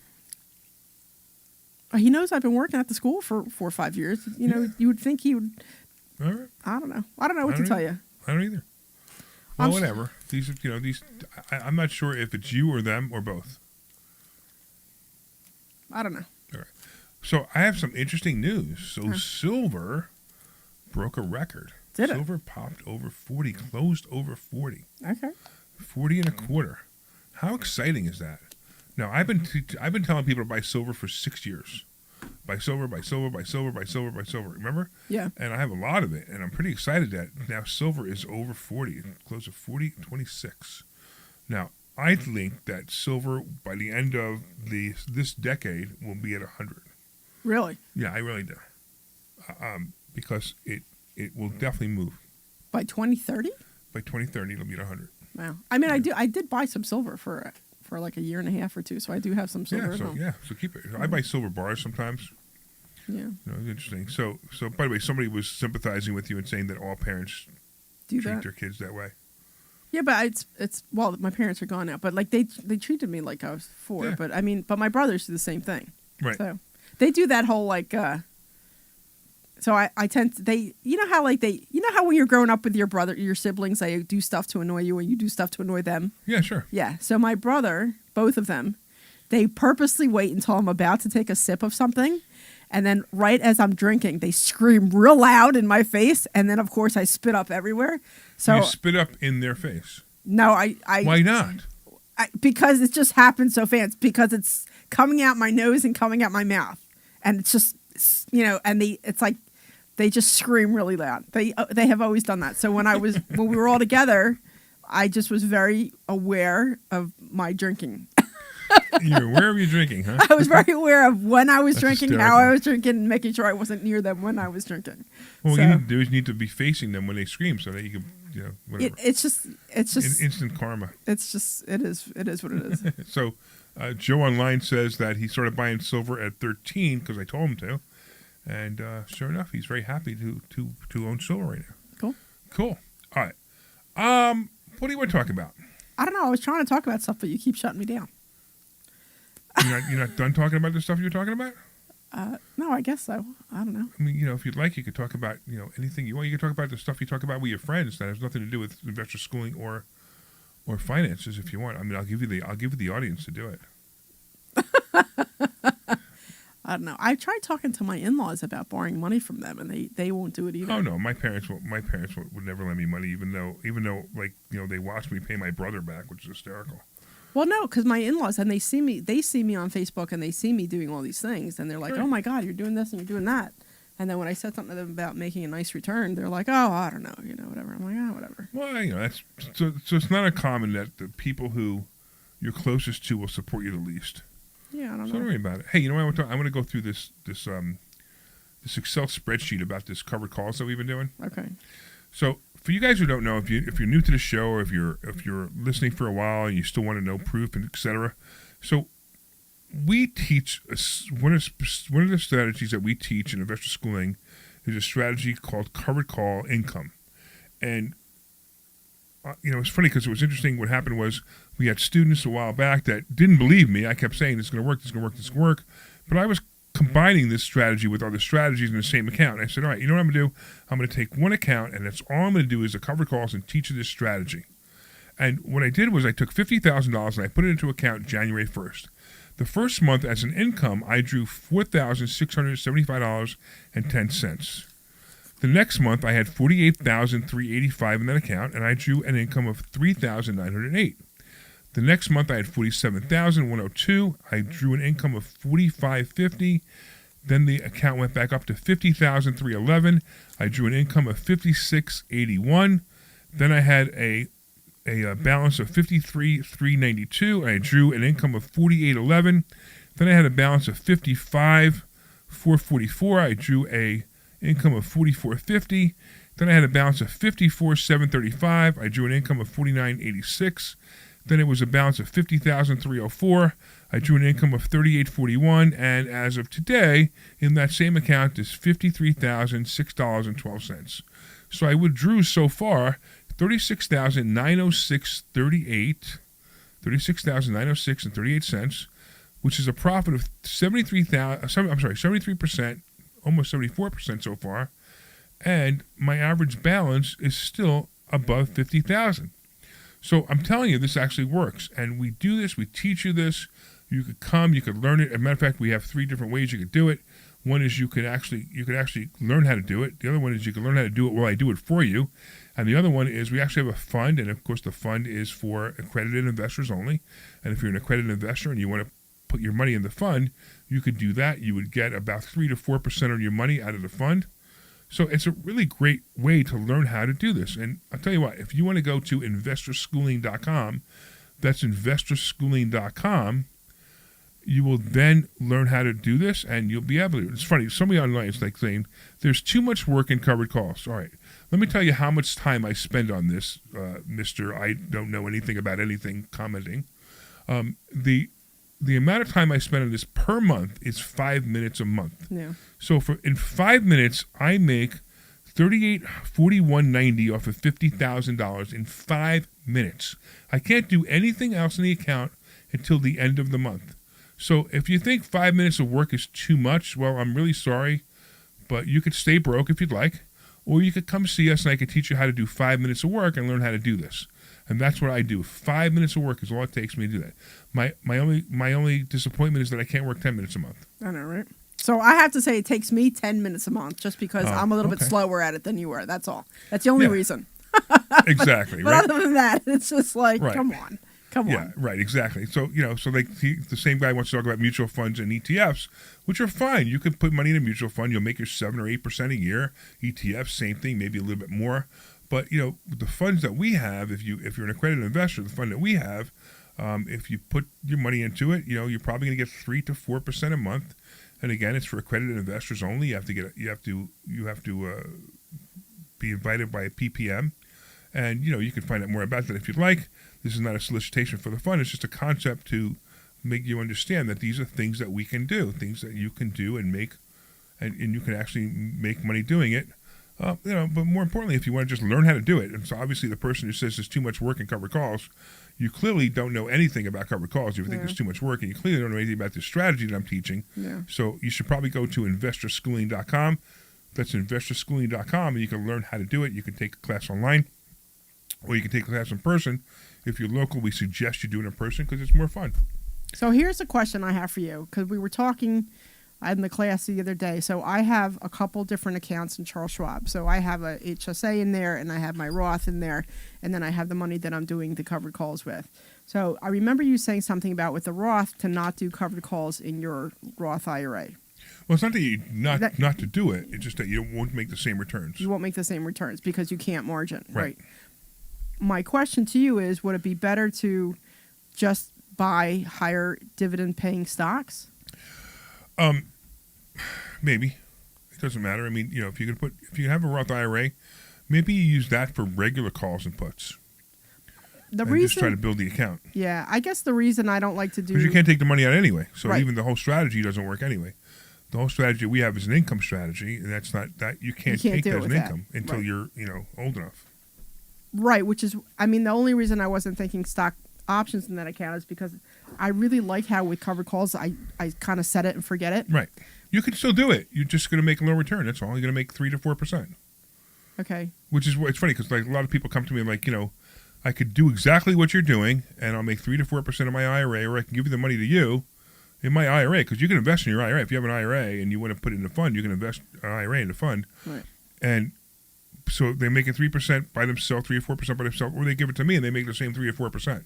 Yeah. So I do all the work for them. They don't have to do it. They don't have to think about it. They have to worry about it. Like, there's too much work in covered calls. Cut me a break. Yeah. It's the easiest thing ever. So because I'm not interested in doing stock options in that account, only because I don't like that I have to kind of watch it a little bit more, even though Sure. you get the sure. I just feel like I like the idea of covered calls where you set it and forget it and you don't worry about it for a month. I made 50% on my IRA this year just doing regular stock options. Okay. So it's great. Right, with the thing with cover, you know what it is? There was a year that I didn't do so well on it, and ever since I'm just kind of. I know that's okay because you were still learning. It's okay. There's a learning curve. Yeah. You're gonna make some mistakes. You're gonna click the wrong button, which I've seen that happen too. Yeah. Or you're just gonna you're not gonna pay attention to it the way you're supposed to. Yeah. You're not going to set your alerts because I tell you to, and everybody forgets. No, I've set my alerts, but then the alerts. But sometimes it comes up even before the alerts go off. Right. So that's what I'm saying. Right. Like Sure. I'm not always watching it the way I need to be watching it, which is why I like the covered calls, because you just set it, forget it. You don't do anything for a month. When you pay attention to your money, it pays dividends. When you don't pay attention to your money, it doesn't. Okay. I know that was pretty extreme from where you were, wasn't it? Yeah, it's not really. I know, so it's much. extreme. Yeah. Okay. All right, whatever. You know what? Whatever. But this week, you know how much money I pulled out of covered calls this week? How much have you pulled out this week? About 115 to 120,000. Did you really? Yep. And I will do that again next month, and I will do that again next month. I will do that again next month. I will do it again. So it really comes down to whether I think making over $1 million a year is enough, and I don't think it is. I want to make more. You want to know why I want to make more? Because you want to pay the $500,000 in taxes. Well, besides that, but you know why I want to make more? Why? Because it's fun. I was thinking about, and I don't know, I've been hemming and hawing. I don't know if I'm back and forth on it. So I have a property that's it's paid off. It's free and clear. Out of all the ones I have, this is the only one that's free and clear. And I'm really wondering if I should consider just putting a mortgage on it it's worth, I don't know, 140 maybe, right. And it's like a side of duplex. And I'm really wondering if I should just get a mortgage on it and put in $100,000 into the stock market. Yes. Okay, I know, this is for Debbie. This is not for everybody else listening. Okay. Because Debbie can handle the disappointment if things go bad. But I'm telling you right now, absolutely. You first of all, the covered calls are going to pay that mortgage, and then you're going to have about 70% left that you could do anything you want with. So I've been thinking about it. Like it's a weird thought, right? Because everybody tells you you should have everything paid off and you should have no debt, and they're all wrong. You want to know how to get rich, really rich? Leverage money, yeah. Debt, borrow money. No, don't borrow money to buy furniture and cars, because that's not what I'm talking about. No, I get it, but it's borrowing money to invest, and in safer investments. They don't necessarily be safe, but safer investments will definitely make you rich. And you know what? The reason I've been not doing it is because, God forbid something happens, that's my one property that I can use Who cares? As a safety net. If God forbid something happens, you don't care about that property anyway. I don't. Okay. Who cares? All right. Right. Name a scenario where something happens and everything else is a mess except for that one property. And you would feel safer. Well, I think about what you say. Like, worst comes to worst, I can always pay the mortgage on my house, and I'll always have a car, and I'll always have somewhere to live. Like, if I give up my properties, I give up my properties, and I still have a place to live. Who cares? Exactly. Right. I mean, it's a weird thing that we teach. It's the worst case scenario theory. No, I know, but it's just sometimes it helps put things into perspective. Yeah, I mean, because we're looking for a new house, and the house we're in right now. It's funny. I'm like, should I rent it or should I keep it? Should I rent it or should I keep it? We owe almost nothing on it. We have a small home equity loan on it. Yeah. And I'm like, should I rent it? Should I keep it? Can I use it as a down payment for the other house? Lower my payment? I don't know what I want to do. And then, then I found out that I can get $4,500 to $5,000 a month rent for it. You're kidding. Because somebody down the block just got $5,000. Wow. And I'm like, all right, if they got $5,000 for it, maybe I'll keep it. You should rent it. Yeah, exactly. Because I could use that money to pay the mortgage on the other place. Wow. And it's going to give me more money than the difference in the house. Wow. I would rent it. Wow. Yeah, I would rent that. So I'll rent it. And then guess what I'm going to do next? What? I'm going to borrow money against it. Okay. I looked at my house. I could rent it out for like $3,200 if I rented out my house. Yeah, I mean, I think you get more than that. At my house? Yeah, you probably get $4,000. I know when I was looking at Look, have you seen Omri's condo apartment he just rented? The townhouse he just rented? How much is he paying for that? $3,500. Is he paying that a month? Oh, mine's bigger than him. Oh, wow. So if he can if he's paying $3,500, you could easily get $4,000 for your house. Yeah, maybe. I'm shocked at the prices of rents on in Bucks County. The rents on a decent house in a decent place, it's a lot. Yeah. Right? It's amazing to me. So it might not be a bad idea. All right. I want to give out the phone number because nobody's calling us because everybody's down the shore. 855-939-1137. That's 855-939-1137. Maybe we should give something away. for somebody to call. Should I give out an actual physical copy of my book? So I think, yeah. I think the physical copies are better. All right, let's do a physical copy of my book, signed. I'll even sign it. How's there that? You go. All right, so you can get a physical copy of my book, Money Hacks, if you call in with, I don't know, something interesting to talk about. 855-939-1137. That's 855-939-1137, and we will send you a physical copy of the book. Well, if you just talk to us, because, we're here. We didn't go away Labor Day weekend. We hung out here for you, and you're not even paying attention to us. Right? All right. Doesn't that make you angry, Deb? No, I'm going to the beach on Monday. All right. That's right. You promised me you're going to go to the beach. I'm going Monday. All right. 855-939-1137. We're going to go to commercial, and when we come back, we'll take your calls. This is Larry Steinhouse with Investor Schooling. Did you know that there are so many different ways to prepare for retirement, and annuities are not the answer? Come learn this Thursday by taking a free class on Investor Schooling. Come to Investor Schooling and you will learn so many different ways that you can make more money in retirement than you actually expected to. Go to investorschooling.com and sign up for a complimentary class this Thursday. That's investorschooling.com. That's investorschooling.com. We'll see you there.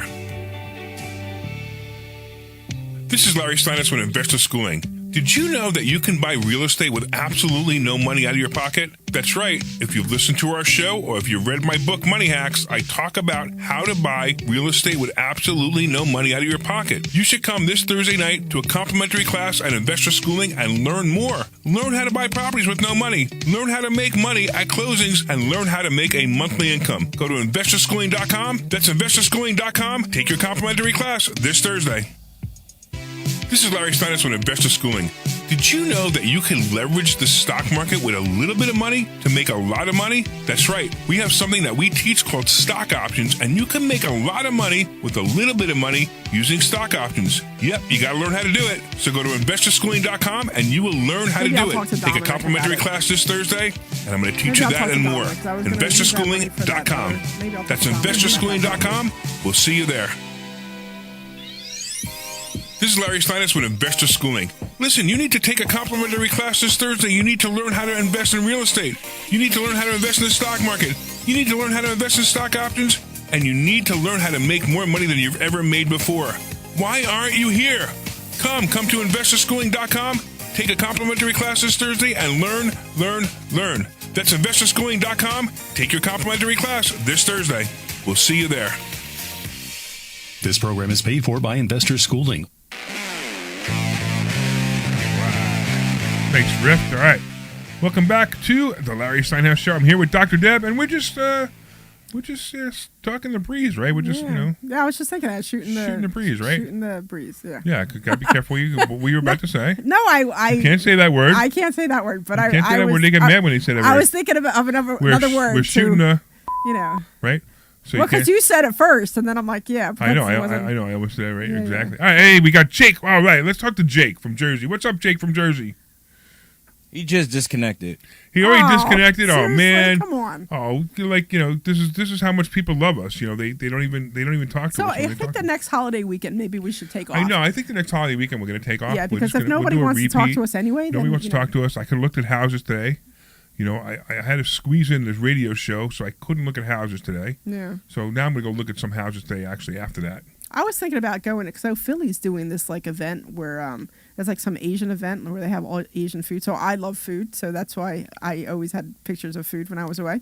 But right. they're doing this big Asian festival or something this weekend. I was thinking about going. Where's the Asian festival? I don't know. It's somewhere on my phone. It was on Facebook. Philadelphia? Yeah, somewhere in Philadelphia. Philadelphia? Yeah. Yeah, that's what I want to eat. I want to eat Asian food from one of the dead cats that we eat in the garbage in Philadelphia a month ago. What makes you think that you haven't had cat already? Oh no, it's the cat. It's the kind of cat that it's I'm the kind talking of cat. About, yeah. I have 2 cats at home. If you're interested, we can always slice them up.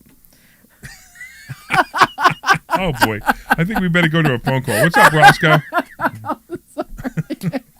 What's up, Roscoe? Roscoe, hey. What's happening? Hey, good afternoon. Can you hear me okay? I can hear you. It's a little fuzzy here.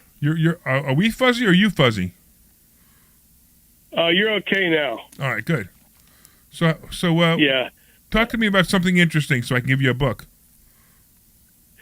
Oh, I got your book. I thought it was very good. You already got the book. Well, thank you. So, yeah. Yeah, I got it on Kindle. But cool.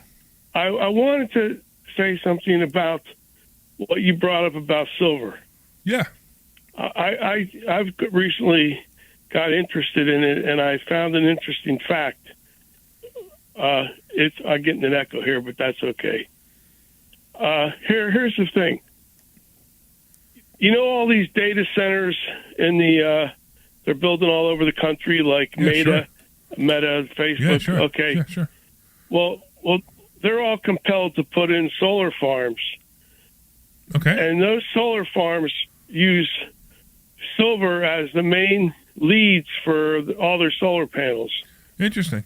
Because silver is the most conductive metal of all. Actually, gold is more conductive than gold. No, I don't think. No, I think it's gold more is. conductive okay, than gold. But either way, that's fine.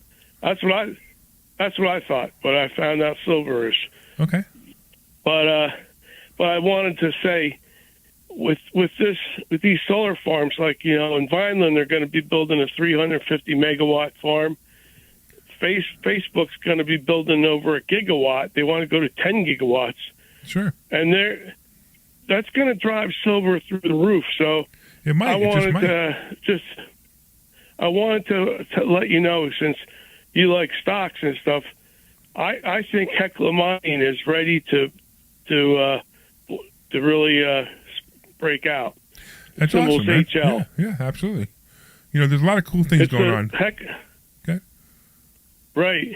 Hecla is the leading provider in the U.S. of silver. So they're the largest provider of silver. And it's only $8 a share right now. So it's Heckler Mining. Let me tell you what I think of it. Hold on, Heckler, is that right? Yeah. Yes, sir. So I can't find it. It doesn't come up. So am I spelling it wrong? Symbol HL. What is it? L symbol. You're breaking up. I can't hear you. I'm sorry. Yeah, bad line. HL. He's just breaking up. Yeah, I can't see. Yeah, I'm sorry, Roscoe. Yeah. You're just breaking up too much. I can't hear you. Okay. HL is a symbol. Sorry HL? about that. Okay, let me got see a if that bad works. line. Yeah. All right, Heckia, not okay. Now I don't say okay.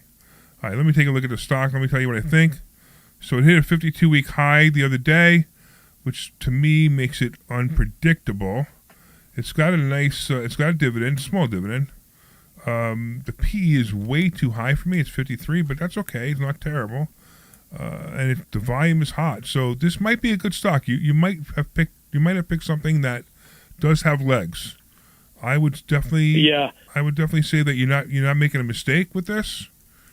So yeah, I mean, if you believe in it, go for it. And obviously, if silver's going up, this is going to go up along with it. So I would say, yeah, sure. I mean, if this thing go ahead. Can I tell you one fact about it? Sure. Well, it's the largest silver producer in United States, but the thing is, their costs are down because not only silver, gold is a byproduct of their mines in Nevada, and they just upped their projections of the byproduct of gold, and that drives their costs way down, especially with gold taking off. So I don't know. You brought up silver, and it piqued my. No, I'm glad you did. And actually, this stock that you brought, I would agree. My only concern is that it's a 52-week high already, which means that you might have a little bit of resistance now, but that's okay. I look at this and I see if it hits 5 again for some strange reason, and it did. It was at 5 in July, so that's not that long ago. If it hits 5 or 6 in July again, that might be a really good play. It might even be a really good call play for a stock option if you wanted to play it. So yeah, why not? Sure. I agree. Well, good. I'm glad you called. Thank you so much. 5, and it did hit, the all-time high was 9, and it hit that in 2022 or 2021. All-time high was high, so it was 9. So again, you might have something here. Very good. Well, good luck with it. I disconnect. All right. Well, let's get Pat. What's going on, Pat?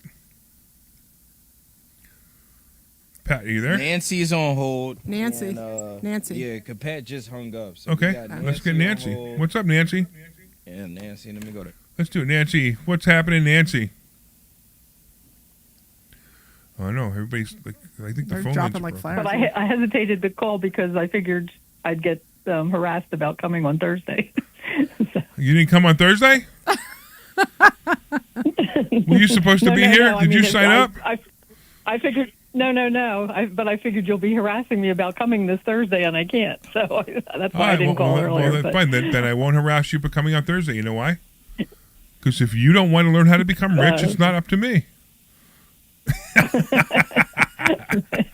Well, not this coming Thursday. I don't anyway. But I do have a question as far as the covered calls business. Sure. Yeah, sure. I have not used a computer in like 15 years.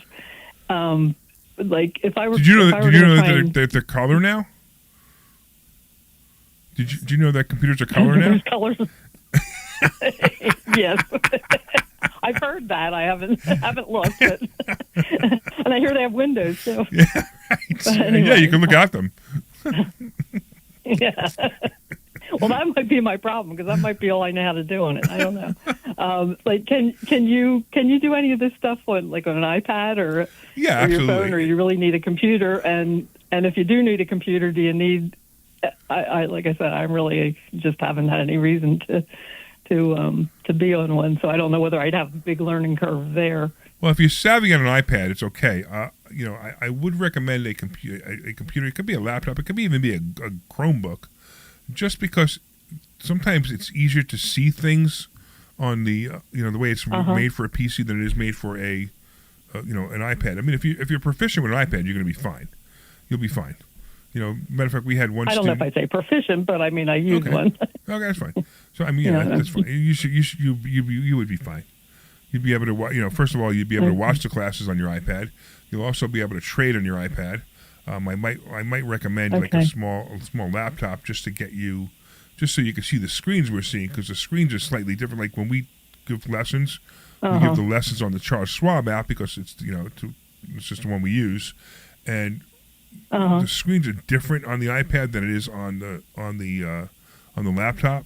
But you could buy a Chromebook for $200, and it's all you need. Okay.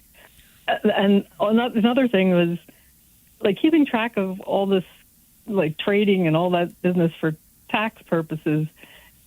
Is there like a method to do that if you're not the most organized person in the world, or how do you make sure you're not? So the best part about that is forgetting the company, things or losing things, or the broker that you're trading with, like Charles Schwab, will give you a statement at the end of the year that has everything you need to pay your enormous tax bill because you've made so much money. I see. Okay. So I wouldn't have to necessarily remember when I traded this, or no. You just would be showing on the broker's account. You just print the end of the year statement. You give it to your tax professional, and they'll take care of that for you. Okay. You should come. Okay. You'll learn how to do it. Yes, I would like to come, but can't yet. I know. You're way too busy. I get it. It's okay. What'd you do last week? Watch Thursday. TV? No, I went somewhere. Have I harassed her enough? Okay. Yep. All right. So do me a favor, Nancy. We don't have my book, right? I actually did get it a long time ago, and I gave it to somebody. I thought. Yeah. Would you like it? Would you like another copy? You could say no. You want to insult me? No. You could say no. You want to insult me? Yeah, I would like it. All right, yes. I tell you what, Sean, yes. take her information. We're going to put you on hold, and Sean's going to take your information, and I'm going to go to Harry. What's going on, Harry? Can you hear me? I can hear you. What's going on? Oh, okay, because we had a bad connection. I just wanted to say the picture I put up from you last Thursday night, I got over, I think, 80 hits on it already on Facebook. So I just wanted to say it was a fun time on Thursday. You can call me Bill if you'd like. But, now I know who you are. Yeah. Did you enjoy the class? Very much so. Like I said, you have a real integrity to you. Thank you, man. I appreciate that. I found that very much enjoyable. Very cool. I was listening to you coming down 95, and I go, what the heck? If I'm going to be jumping into this, might as well put my money where my mouth Absolutely. is and give you a call, say hi, and say thank you, and we'll see you next Monday. I already have one of my friends who wants to join up already. I gave him the copy of your book. So I just want to say thank you very much. Very good. We gave you a copy. We'll see That's you right. Monday a week. Yeah, so Harry attended a free class on Thursday. He showed up for the first time. He had a great time. And I'm so glad you called, man. I appreciate you. No problem. And I'll bring my book back for you to sign it for me. Absolutely. Definitely. Bring it in, and I'll sign it for you. Sounds great. All right. Just wanted to say have a great weekend. Thank you so man. much. We'll see you soon. Awesome. Very cool. Isn't that cool? Goodbye. Remember That's Harry? cool. I do remember. Harry was yeah. hysterical. The first he walks in, he goes, my name's Harry, but everybody calls me Bill. Yeah, I and remember I'm like, that. what? Yeah. And it was just the funniest thing. No, I remember. And they call him Harry. They call him Bill because his father was Harry. Was that right? I think it's. Maybe he's a junior. I have no idea. Yeah, I don't know. And not to confuse people, they called him Bill. So that was kind of a funny thing. And he was talking about the picture of him and the Sultan. Yeah. So we always take a picture. You always get, if you come to investor schooling for the first time, you get a picture with the stock option Sultan, and that's a fun picture. Yeah. And it's always fun because the stock option Sultan is a goofy guy. Yeah. And I always send them out at the end of the night so everybody can get them and post them to wherever it is they want. So it's always fun to look at that. By the way, Harry, did you tag me in the picture? You should have tagged me in the picture. I would have put it on my Facebook page. So when you go back home, tag me in the picture. Yeah, tag them. Yeah. All right, Deb, what do you think? What else is going on? What exciting stuff is going on? I found an HVAC for my property in Delaware. No, I can't believe it. So excited. So excited about that. So if you guys don't know about this was a property that Debbie completely gutted the inside. It wasn't totally planned gut, though. Right, and that's exactly right. It wasn't planned to be gut. It wasn't a planned gut. The demo guy made a mistake and did more than he was supposed to do. And Debbie got very upset. As a matter of fact, it happened live on the radio. It happened live on the radio because the first hour I was in good spirits, and the second hour I was. Oh no, maybe it was the first hour I was real upset, and the second hour whatever. But so the guy, it was there was an oil. So let me start over. Oh my gosh, I'm terrible with that. I bought a property out in Delaware. It was actually from a wholesaler. And I bought it for around $90,000, and when it's finished, it should be worth about $212,000, $215,000, something like that. And I planned on it was an old house, like it hadn't been updated since the 80s, if not more than that. It turns out it had old knob and tube wiring, so all the electric had to come out. There was it had plaster on the walls. It was like a really old house. Anyway, so there was these beautiful radiators though, and they were in really good shape. Yeah, right. And there was a oil heater there, so I was planning on replacing the oil heater with a gas heater because the gas was already there to the house and it already was going to the kitchen. So I planned on replacing it and using the water circular heater for the radiators because it was already there in place in good shape. Everything was looking good. And the demo guy ripped everything out and broke everything in the process. So that happened live on the air, and it was very distressing for me, very upsetting for me, and kind of raised how much I had to spend on the place. So that kind of caused a little bit more of an issue because not only it's funny. It's like in this business, things happen, right? Yeah. It's just life. It is, it is what it is. It's going to be a nicer place when it's done. It'll be a nicer place, and it'll be it'll be more efficient. I understand that, but I've been having trouble getting an HVAC guy out there because the prices I were getting were just ridiculous, and nobody is licensed to work in the city of Wilmington. So that was the biggest issue I was having. Yeah, that was tough too. Yeah. Yeah, so I was getting these outrageous prices that were just unrealistic to reality, and I reached out to a colleague of both of ours, and he recommended somebody, and the guy was away on vacation. I finally met up with him on Monday, and he gave me some pricing that for a water heat pump, and it's going to be like a full HVAC system with all the ductwork in all the rooms upstairs. Wow. It's and the price was like a real price. So I gave him the deposit, and he's going to be starting on that. That's fabulous. So I'm super excited about that because then it'll get things moving again. Get things moving, things moving again. And then I'm still waiting for a price point on the plumbing because he could also do plumbing. So his plumbing came back a little bit high. So I asked for a detailed list of what the plumber was looking to replace because there's like there was a lot of cast iron stuff. Right, all that has to get replaced. So I don't know if he was fixing it, replacing it, because the quote wasn't really detailed. So I'm waiting to get that. So hopefully I can get that going. I can't wait till that one's finished. Yeah, but you always have to have a problem. Yeah, apparently that's that. I attract difficult people, Larry. And I attract what? What are you trying to say? I attract difficult people, and apparently I attract difficult projects. So I don't know. It's God saying I can do it. That's what he's saying, that he wouldn't give it to me unless I could handle it, right? Well, I say you can do it all the time, but if you're listening to God, that's better. All right, I'll listen to God. Let's go to Ann. What's going on, Ann? Hi, frequent listener. Yeah. So I learned a little bit, not a whole lot. I'm interested in buying a condo. Cool. But don't actually know the pros and cons. It's in Philadelphia. Ann, are you? Well, that's the first problem. Is it's in Philadelphia. Yeah. Ann, are you the Ann that comes out with us every now and then to the ladies' luncheon? Yes, I am. Okay, I recognize your voice. That's why Very nice. I recognize your voice. Yeah. Well, we're Yes, excited. I am. Yeah. Well, we're excited to have you calling in. So great. So I'm with Larry. If you can avoid Philly, I would. Well, wait, you want to live there? I heard that last week. Wait, do you want to live in Philly? Or are you going to live in this condo, or are you going to buy this condo as a rental? As a rental. Okay, so I want you to, right now, I want you to go over to the nearest wall. Stop. And I want you to bang your head against the wall 3 times. And if that doesn't hurt, you'll definitely feel more pain in Philadelphia. No, look, I'm not a fan of Philadelphia. yeah. It doesn't mean you can't do it. Debbie likes Philadelphia. She knows how to do it. I mean, I know how to do it too. I just don't want to do it. I don't want to work that hard to do all the things that they want you to do. But that doesn't mean you can't do it. I Just have make a sure you couple. do it right. I have a few properties out in Philly, And you have some condos. And I do. I actually have a condo in Philly also. So I have 2 row homes and a condo in Philly, and I'm okay with it. Like I'm not against Philly, but if it falls in my lap, then I'm open to it. Like truly, I'm like that last property fell in my lap. I'm open to it, and the other ones I got through tax deed auction. So I'm okay with Philly, but if I don't have to go to Philly, then I won't. But I mean, I'm not going to get rid of my properties that I have there, because I'll just go ahead and keep renting them out and make money on them. So I'm okay with it. So I guess, Ann, what's your question? Like, what is it that you're trying to do? Well, I know that the condo fees are $600 a month now, Ooh, and I know that's gonna be tough.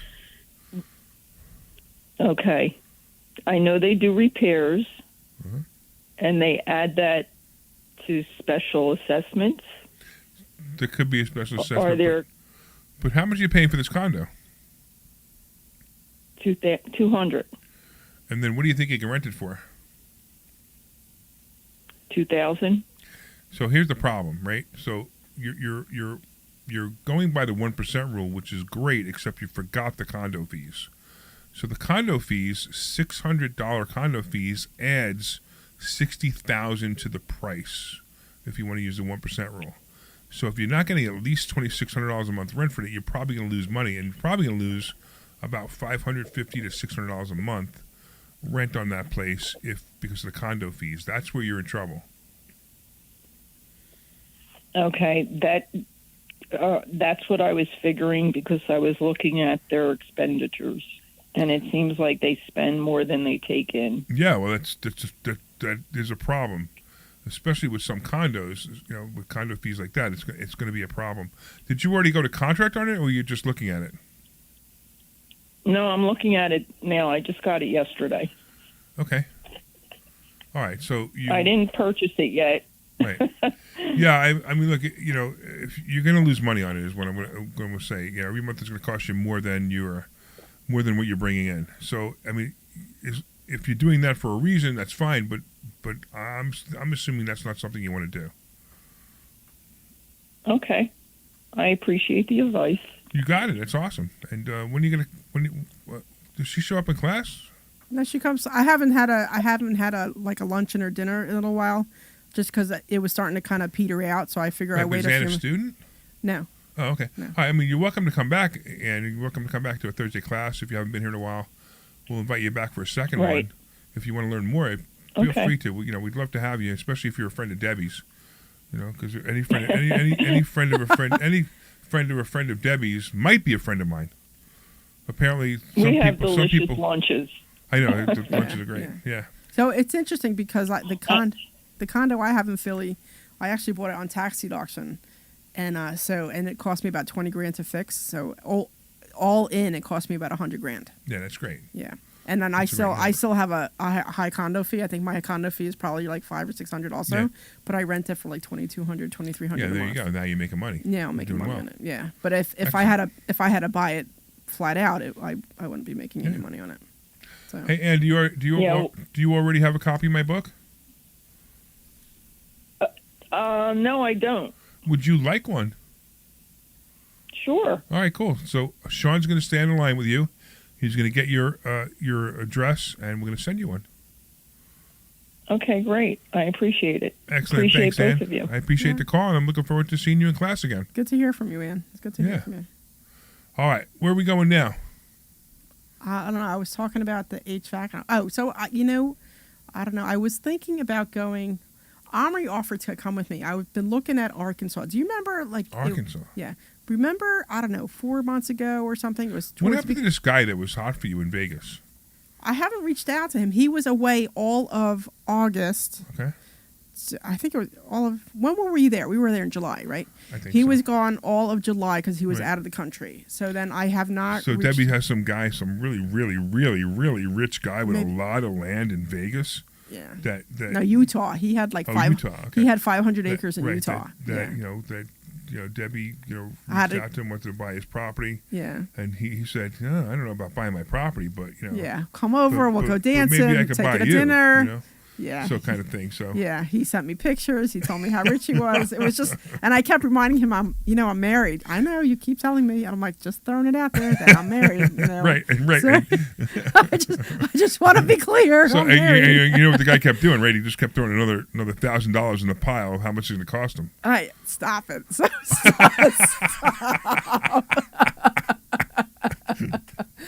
So make sure you tell him a lot. Yeah, right. Yeah. So no, but I haven't reached out to him since he got back in the country, and he got back in the country in August. So I haven't reached out to him. I guess I should reach out to him. I don't know. It'd be nice to kind of sit and chit chat with him, but out of say we have 10 texts, 9 of them are kind of like not in the right direction. You know what I mean? So I don't know. I just I don't know. I haven't reached back out to him, but I guess I should. It can't hurt, right? It can't hurt. But you want to go to Arkansas, right? You said. But yeah, so do you remember, I think it was earlier in the year, you and I both put together separate presentations about different areas that we were looking to invest in. Yes. Okay, and you were looking at Ruskin. Correct. And I was looking in Arkansas. Yeah. And I put a whole presentation together about why I think this one spot in Arkansas is a good place to go to. Yeah. And then Delaware happened, and then a couple other things happened, and I kind of got Life derailed. happened. Yeah, life happened. I got a little bit derailed. Anyway, there was 2 things in a row that happened that reminded me that I need to get back on Arkansas. One was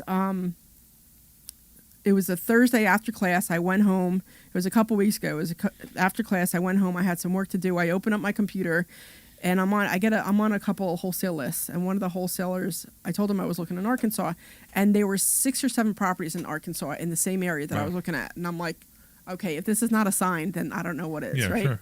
And then the next day, I'm driving around, and there is a license plate that says ARK. Uh-oh. And I'm like, all right. And then it was interesting because I think Sure it wasn't Kathy Woods?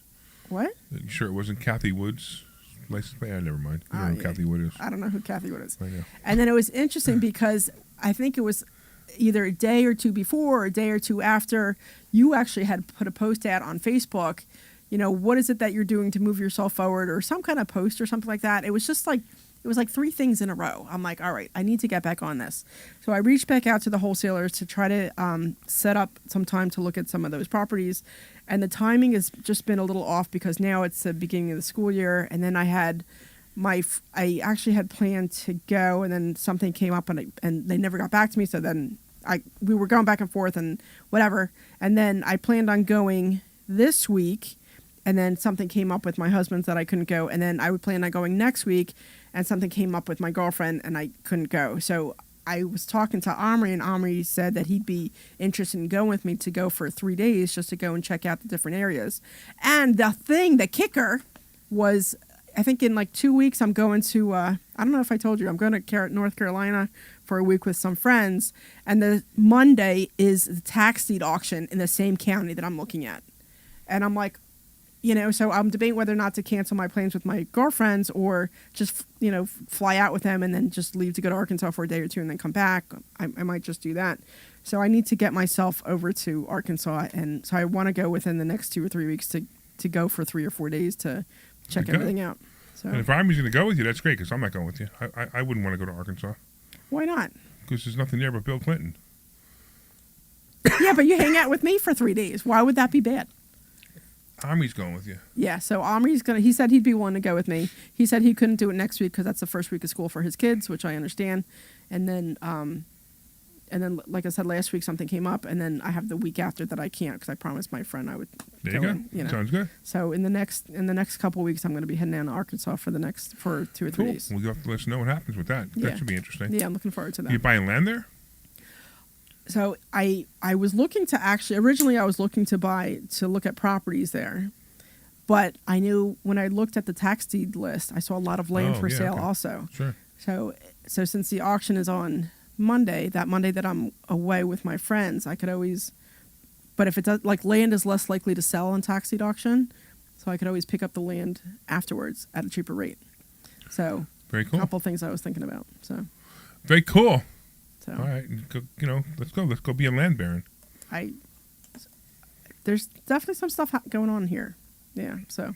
I agree. I find it fascinating all the things that we do. It's funny, and we'll be sitting here, and sometimes we're like, oh, we're not doing enough to get rich, and we think about it, we really are. Things are happening, things are changing, our lives are getting better, right? And every once in a while we have the stressful day or a stressful moment in a month where we can't make our bills. We can always make our bills, but we just have to go borrow money to make our bills, right? Yeah. And it's stressful. But I'm going to tell you something else. The stress I have is very different stress than the average person who's not working on getting themselves rich. Yeah, it's definitely a different type of stress. Yeah. Yeah, I always make the joke, right? Rich people have different problems. Like, should I buy the Rolls Royce or the Lamborghini? And if you can't see me, I'm rolling my eyes every time he says that. So, whatever. But no, But it's the truth. It's it's a different kind of problem. It's a different kind of problem. And I like the problems I have much better than the problems that the average person who goes to work every day and doesn't do anything to better themselves and has to worry about their job and lives paycheck to paycheck. Yeah. And when you change that, life changes. Very different conversations. Anyway, I want to thank all the listeners for listening. I want to thank Dr. Deb for being here. Of course, we miss Omri today. He was on vacation with his kids, which I think is awesome because he's got 2 young kids and he likes to spend time with them. I don't know. It's nice to know that's something that you can. I want to thank Sean for being our producer today, for substituting for Glenn today. I don't tell Glenn, but you did a better job, okay? No. Anyway, if anybody wants to go to Investor Schooling, go to 10 seconds. Yeah, there you go. Go to investorschooling.com. That's investorschooling.com, and you can take a complimentary class. We're looking forward to seeing you on Thursday. Take care. This program is paid for by investors. Good job, guys. Thank you. On the program are solely those